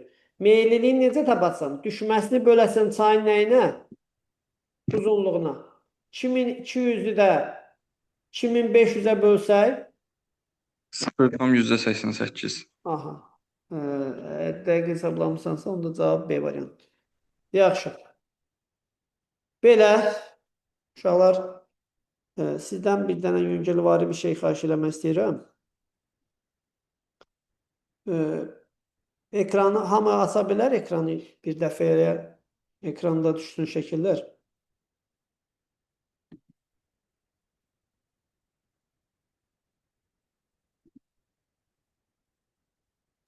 Kameranı deyirsiz? Bəli, bəli, bəli. Kameranı, ekranı deyirəm, kameranı. Qalsın, mən başqa vaxt açarıq da. Yaxşı. Dedim bir ekran şəkli çəkərdim. Axşam əlini çəkər inşallah. Qabağa qoymaq üçün. Daha bu ev yoxdur, keçdi. Sağ olun. Oldu. Gələndə görüşək inşallah. Sağ olun. Sağ olun, müəllim.